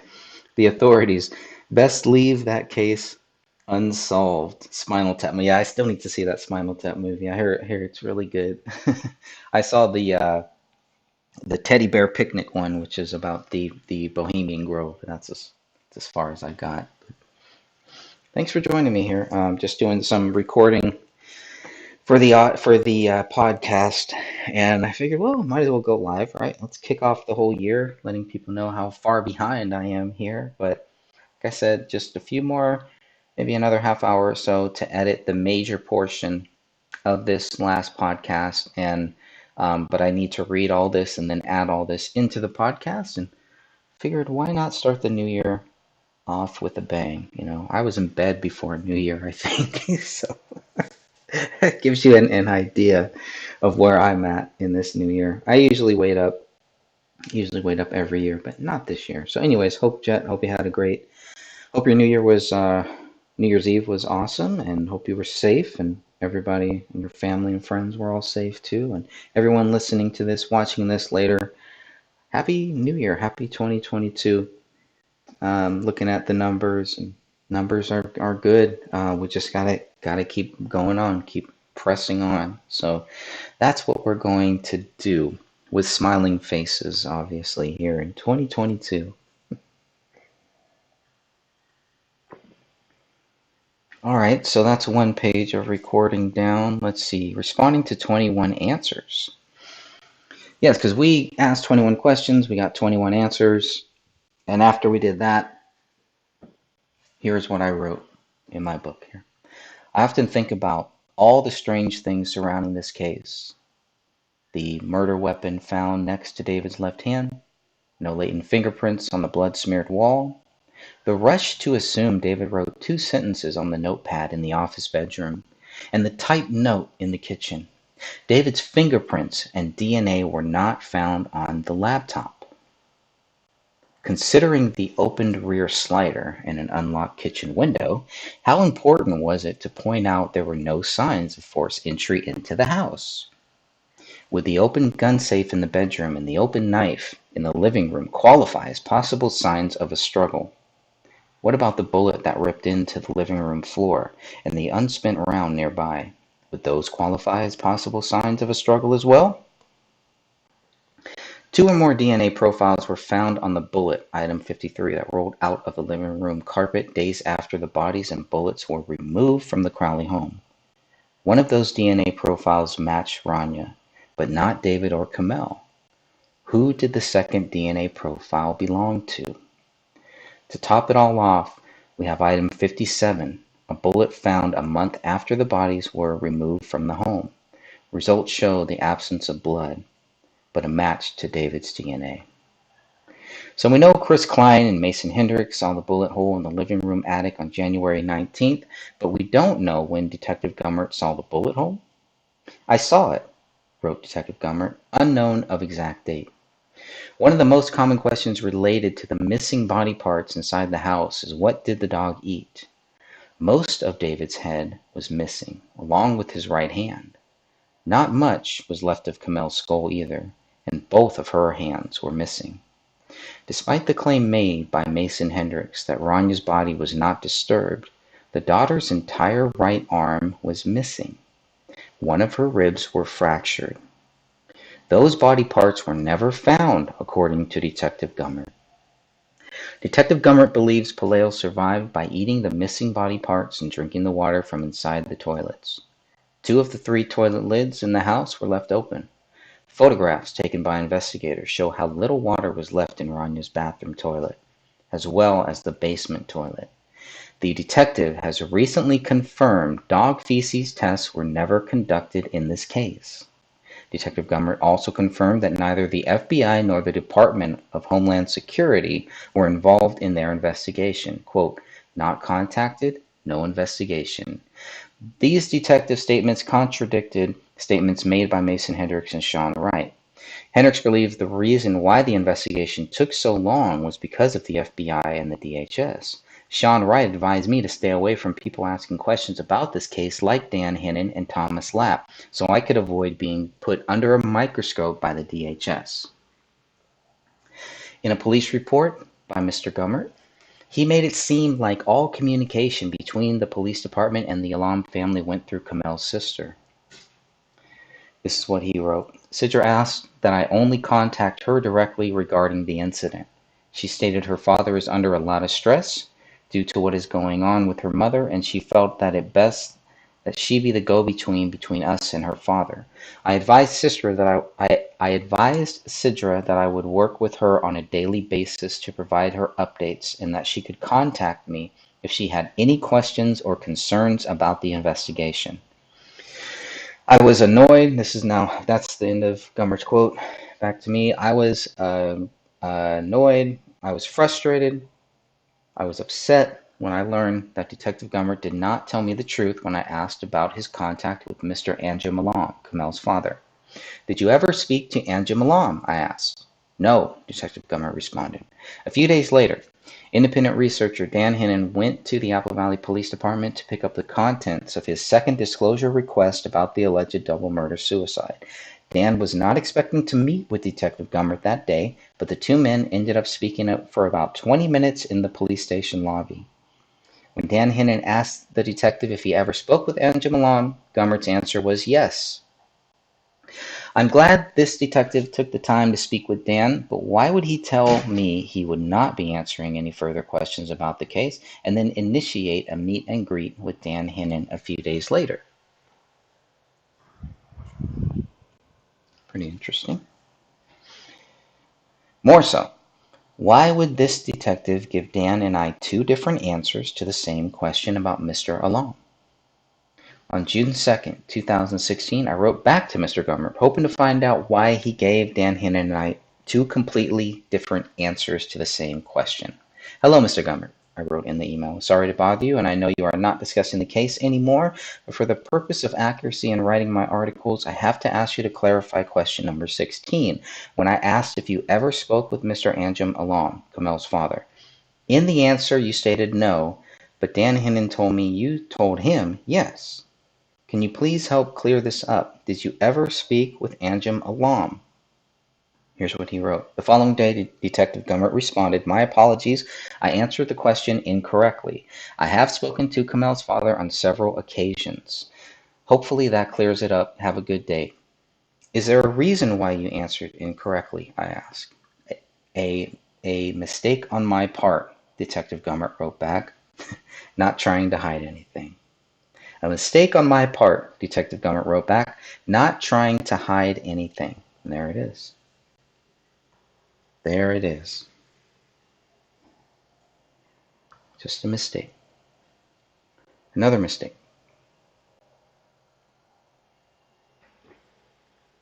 Now, I won't go this far, but obviously one could, say, well, he answered incorrectly. There was a mistake made on question number 16. What about the other 20 questions? Were there any mistakes made there too? You know, as a Christian, I like to give people the benefit of the doubt. And I do not like to accuse people um, without proof, right? And I don't care if people think that I am accusing people by what I say. It's more about, do I believe that I was accusing somebody in what I said? So that's what matters to me. Because I would not want to be wrongly accused of something. And David Crowley was wrongly accused of something. So we have to start there. So anybody and everybody looking at this case, take note of that. Just always keep that in the back of your mind. Yes, we have theories. Yes, we have things. Yes, you have to look under every rock, as you're going to hear, as you heard by this point, as you've heard when Mr. William Rail was talking about, we were going back and forth a little bit about, do we, take what Mr. Hendricks and Sean Wright say? How far do we dig into what they're saying? Are they just trying to lead us into a tailspin? When they talk about the Department of Homeland Security was involved, the FBI were involved. You guys don't want to get involved in this. You don't want them on your tail. How much of that do we dig deep into? And so that's why it's so great to have so many researchers who can dig into different things, take different angles, and look at different topics, and then we can all just kind of share what we think. So, iconic iconic meerkat. How are you? Happy 2022. Says funny how Paleo the Wonder Pooch is inserted into the case when things can't be explained. Good point. That's it. Yeah. And someone would know that, right? Keep that dog there. I mean, it just looks so heavily planned. Everything here, just looking at the crime scene, just looks so planned. Lots of planning went into that. The planning had to include that dog. Too bad the dog couldn't speak. You get the dog in a police lineup, you may be very surprised at what you find, or maybe not. It may confirm some of your preconceived notions and suspicions. There was something I wanted to go back here and kind of look at. But yeah, if anyone has any questions or any thoughts, please keep them coming in the live chat room. We are here, our first live chat in 2022, and we should be back tomorrow around the same bat time, same bat channel. And hopefully Sophia, William, Crip Rick may join us. I'm not sure if Catherine will be able to join us or not, but we'll invite some other people. So around this time, we'll do another hour, maybe 2 hours or so. Just kind of, I got a few things to talk about, and I'm sure William does too. I think William's also going to live stream it on his Strange Investigations Twitch channel. I did start a TikTok channel. I only have one video. It's the only video. It's like a 2-minute video, but I have it on my YouTube channel as well. But I don't really get TikTok. I don't really like it. I don't understand it. So, but if I have any videos under 3 minutes, I'm just gonna post. We'll try to make sure to post them there. But it won't be anything that you can't find here. So, just for people that are researching the David Crowley case on TikTok or who are interested, there is a hashtag on TikTok for David Crowley, so that's pretty interesting. Yes, there are other people named David Crowley besides this one David Crowley as well. Let's see. Okay, he says if we did not cover it in our reports, then we did not feel it necessary to do so. I mean, that's another big thing. It's like, well, if it's not here, it wasn't necessary to cover. So apparently, anything Sean Wright may have said, Mason Hendricks may have said, was not worth covering. It was not important. It was important to talk to them, but it wasn't important to create a report for those two goons for some reason. That's pretty interesting too. Hopefully tomorrow we'll be talking a little bit about some of those early reports and some of the early people who were very convinced that David Crowley was guilty, including a gentleman by the name of David Kirk West. I am really looking forward to um, looking at what he posted a couple days after, I think January 21st or something, a couple days after David Crowley died. And, he was really convinced that David Crowley did this pretty much. So I'm very interested in looking at that. I mean, looking at a lot of these things with these people who, worked with him, who were very close with him, who are claimed to be close. Oh, I was close, but I wasn't that close, is what they'll all say. So it's interesting how many of these people, quote unquote, fall in line with what the official theory is, backed up by Sean Wright, Mason Hendricks, Danny Mason, and a whole cast of other strange characters. Strangers in a strange land. So, I mean, he makes it clear Gummert doesn't know where I fall in line with all of this. And then he wants to agree on this, and they suffer, blah, blah, blah. We've already gone through all that. Let's see. What was I going to talk? There's something else. Yeah, the rush to judgment. They couldn't find anything. I mean, it's just signs of a struggle. We have clear signs of a possible struggle. They're saying there were no signs of a struggle. You can look in the house and you can find those for yourself. Are there signs of a struggle? I sure think so.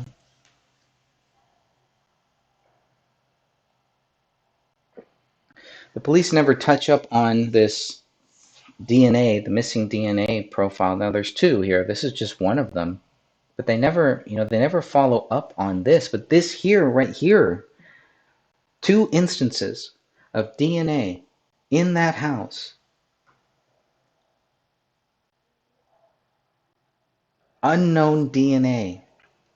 Never followed up on. Does the family know about that? Does that bring them peace? To know that there was somebody else in that house? That there's another DNA profile? One or two, maybe even more? At least one? Found in two separate rooms? Unknown DNA? In the living room with item 53? In David's office bedroom? There's unknown DNA there too? How could this be?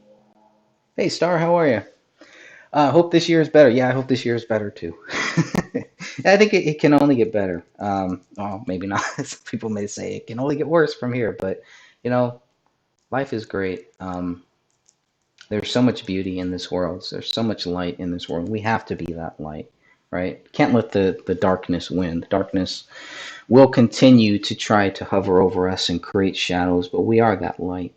We need to stay that way. Stay that light. Happy New Year to you too. God bless you all.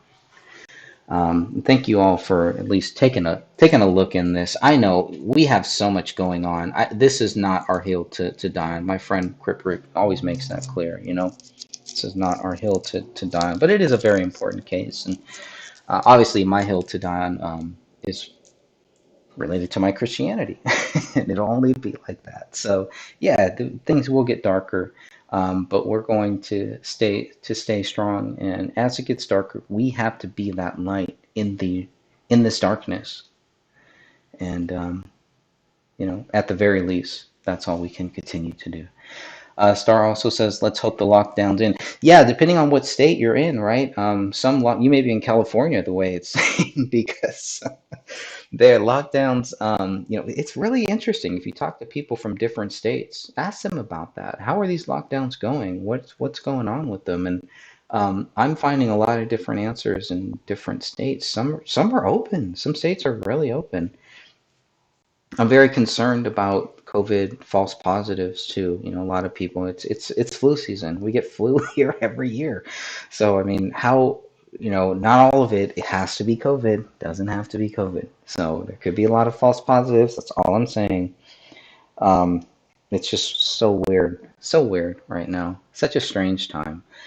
It's getting way out of hand. Yeah, the lockdowns are getting way out of hand, especially in California. I was really disappointed when when we could not get rid of Gavin Newsom. People reluctantly, voted to keep him there for whatever reason, and you get what you vote for, unfortunately.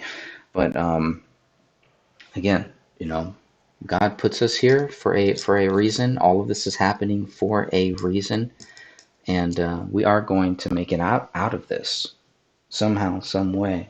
That will happen.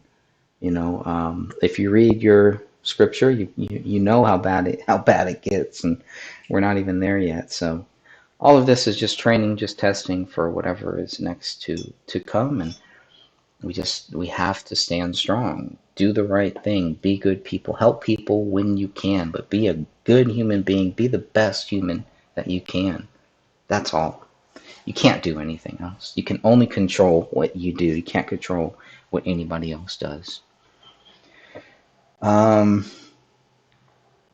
I think David predicted the lockdown and COVID. Star says, "Yeah, Star. Yeah, I think you're right. If you read David's 2013 script, which we do have on my website, you can read that. And if you read his, I've kind of organized some of this stuff here.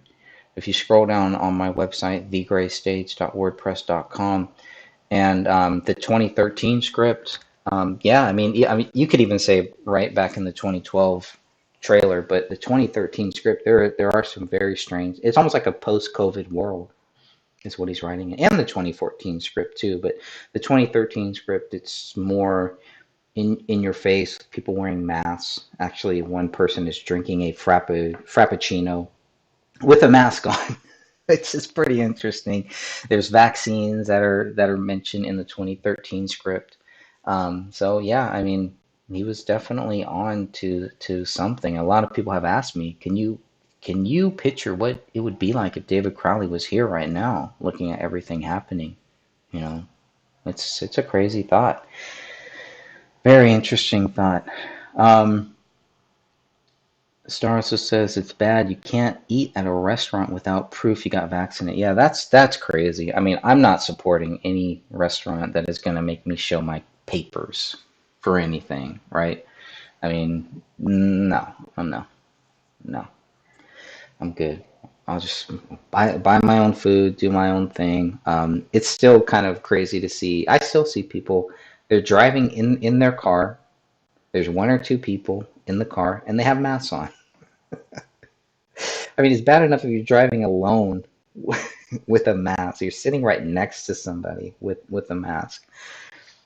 You know, I mean, I can see if somebody is sick, if you're sick and you have to go out and you have to go shopping or something like that, and you wear a mask, I could see that.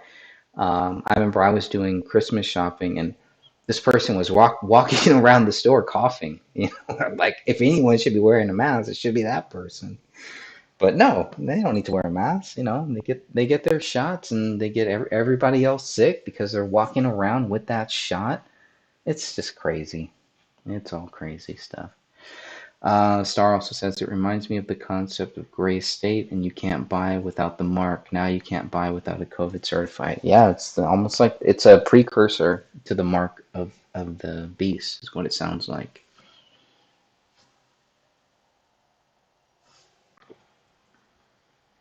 If David was alive, I'm sure he would go against the COVID. Yeah, I mean, I would hope so. I would hope so. But now you can't do anything without a vaccine certification. Can't travel without a COVID. Yeah, that's why I'm not traveling. You could drive still, right? They don't have checkpoints at state lines so far, but it's just all crazy and getting much worse. Unfortunately, it gets worse and worse and worse.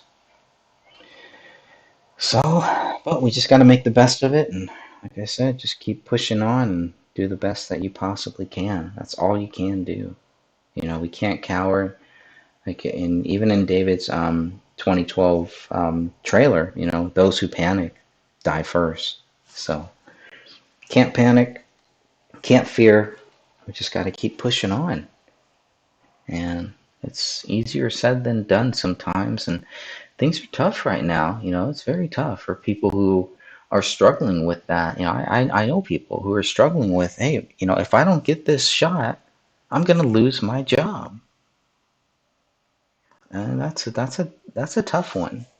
That's a very tough one. So, and I don't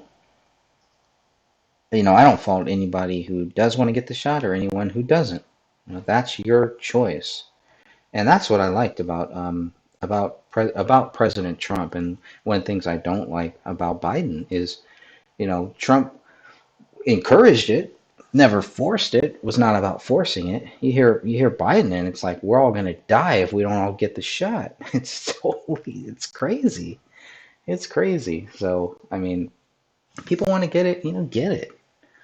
But the fact that there are so many incentives for these companies, for these all these companies who are making the shot and getting the shot, it's a big business. It's big pharma. It's crazy. There's a great book that I just started reading by Robert F. Kennedy called The Real Anthony Fauci. It's an awesome book. I highly recommend it if you can get it, if you can find it. It's back ordered. So it's on audible.com right now too. So that's where I've been listening to it first before I get the physical copy. But get the physical copy too. It is a great book, and it explains so much, and it's very current. It has some of the Joe Rogan stuff where Joe Rogan was talking about some of the things that he did, and they were trying to connect it to a horse or something like that. All that's in there, and it's really good stuff. But um, I'm not the biggest Robert F. Kennedy fan, but I really enjoyed that book. Robert F. Kennedy Jr., I should say. So just want to point that out. But yeah, it was an awesome book. I was so happy with it. Um, yeah, he's doing a great job exposing. Yeah, he really is. He really is. I would highly recommend. But he's been big on the vaccines, I think, for a long time too. So I think that's another great thing is he's always been kind of, I don't say anti-vaccine, but definitely choice pro-choice, I guess, on the vaccines. But a lot of the stuff I did not know about Fauci. I had no idea. So I'm a fan of the Kennedy. Yeah, I mean, I'm definitely a fan of, most of the Kennedys. Maybe it's definitely John F. Kennedy. I don't really know that much about JFK Jr. and really about RFK Jr. either. So I can't really say too much. But reading that book has definitely opened up my eyes to Robert F. Kennedy Jr. and how much knowledge he has about the whole big pharma stuff. And like, I'm always interested in big pharma books. I'm like, wow, this is the book that I've been looking for. Just in the few first chapters, there's so much great data there. So much great data. So anyone who is looking into COVID and wants to learn more about that, he provides so much factual stuff and so many things that he did, and just really exposes Anthony Fauci. Like I said before, I saw Fauci during Trump's press conferences. I had no idea who this guy was or how shady he was and is. So crazy. Let's see. JFK was what made me question the things I learned. Yeah, watching JFK the movie is what opened up my eyes. Before 9/11, before all of that, that movie really got me thinking. Then when I read Jim Garrison's book, On the Trail of the Assassins, it was probably one of the greatest books that I've ever read. And Jim Garrison, some stuff that Jim Garrison uses, or used or did, I try to use in this David Crowley case too. I think there is a lot of tactics, a lot of things that he did, a lot of things that he was looking at that you could use in this David Crowley case for your research purposes.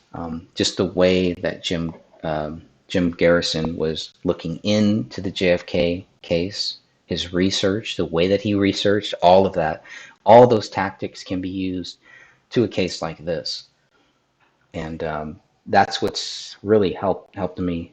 You think about, okay, what is probable, what is possible, but the way that Jim Garrison helped expose the JFK stuff is just, I mean, we wouldn't have the kill shot without Jim Garrison. We would not have that. Mark Lane will tell you that. A lot of these guys will tell you that. Jim Garrison really opened up those doors got it into court. I mean, that is like unheard of nowadays, you know. I mean, this was what, back in the 70s or late 60s. So yeah, it's, you know, and he learned so many different things, but yeah, that was a great one. But yes, I definitely agree. That really helped me. That made me question a lot of things, including 911, including this case here. All great tactics that we can use. And Kevin Costner, I think, did a great job playing that role too.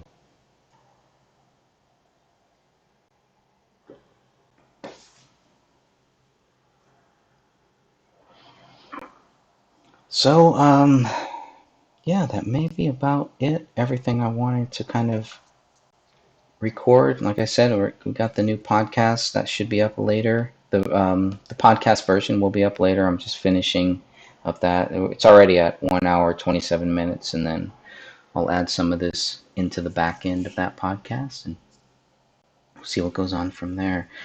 Gaddafi, before he was killed, gave a speech about JFK, who gave the green light to kill. Oh, interesting. I'll have to go and look that. I don't think I've read about that. That would be interesting. Maybe you can drop that in the comments or send that over to me at thegraystage@gmail.com. I'd be interested to check up on that and maybe read up on some of that stuff too. So that would be awesome. Doesn't surprise me. There's a great book if you've never read by Dick Russell. It's called The Man Who Knew Too Much. It is an awesome book on John F. Kennedy, one of the best John F. Kennedy books that I've read. So much data. Some people, even his friends, have called it the man who wrote too much because it's like 800 pages and just so much data. For any JFK researcher, that is a great book to get. Um, let's see, Dick Russell, the man who knew too much. This is about Richard Case Nagel. And again, awesome book. I highly recommend this book for every JFK researcher. It's really, really good. Definitely worth it. Make sure that you get the longer version. I think he did like a shorter version at some point. This may be the shorter one. This one's only like 600 pages, but you want the one, yeah, this is the newer one. The one you want is like over 800 pages. Awesome data. Great research. You'll love it.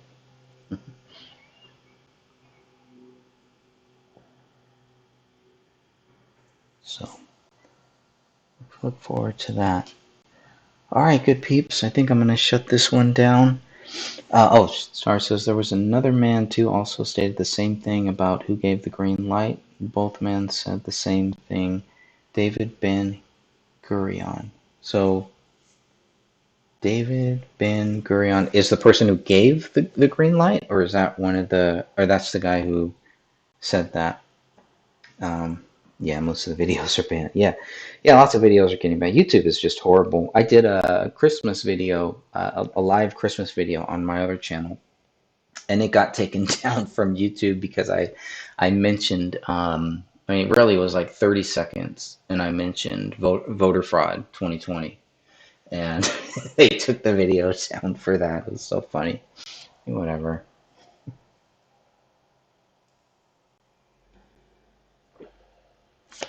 Yeah, I hope everybody has a good year. We'll be back tomorrow around the same time, same bat channel, going live, and we have a couple different topics, and we'll have some open forum stuff, and maybe get some updates on what is happening in the group and what else is happening, depending on what we can share. But God bless you all. I really believe, I really, think that we can keep this case going, and one day we will get that big break. It won't be us that gets the break, but it will be, the justice for David Crowley and his family. That break will come at some point. We just got to keep moving on, keep pressing forward, and just keep letting people know. There's new people that find out about this case that have never heard of this case. People that may be able to help, and family and friends of David Crowley who, at some point are going to get fed up and are going to need to stand right here with us. So God bless you all. And hope you all have a great day. And until tomorrow, please come back tomorrow and we'll have a live chat room for that too. Until then.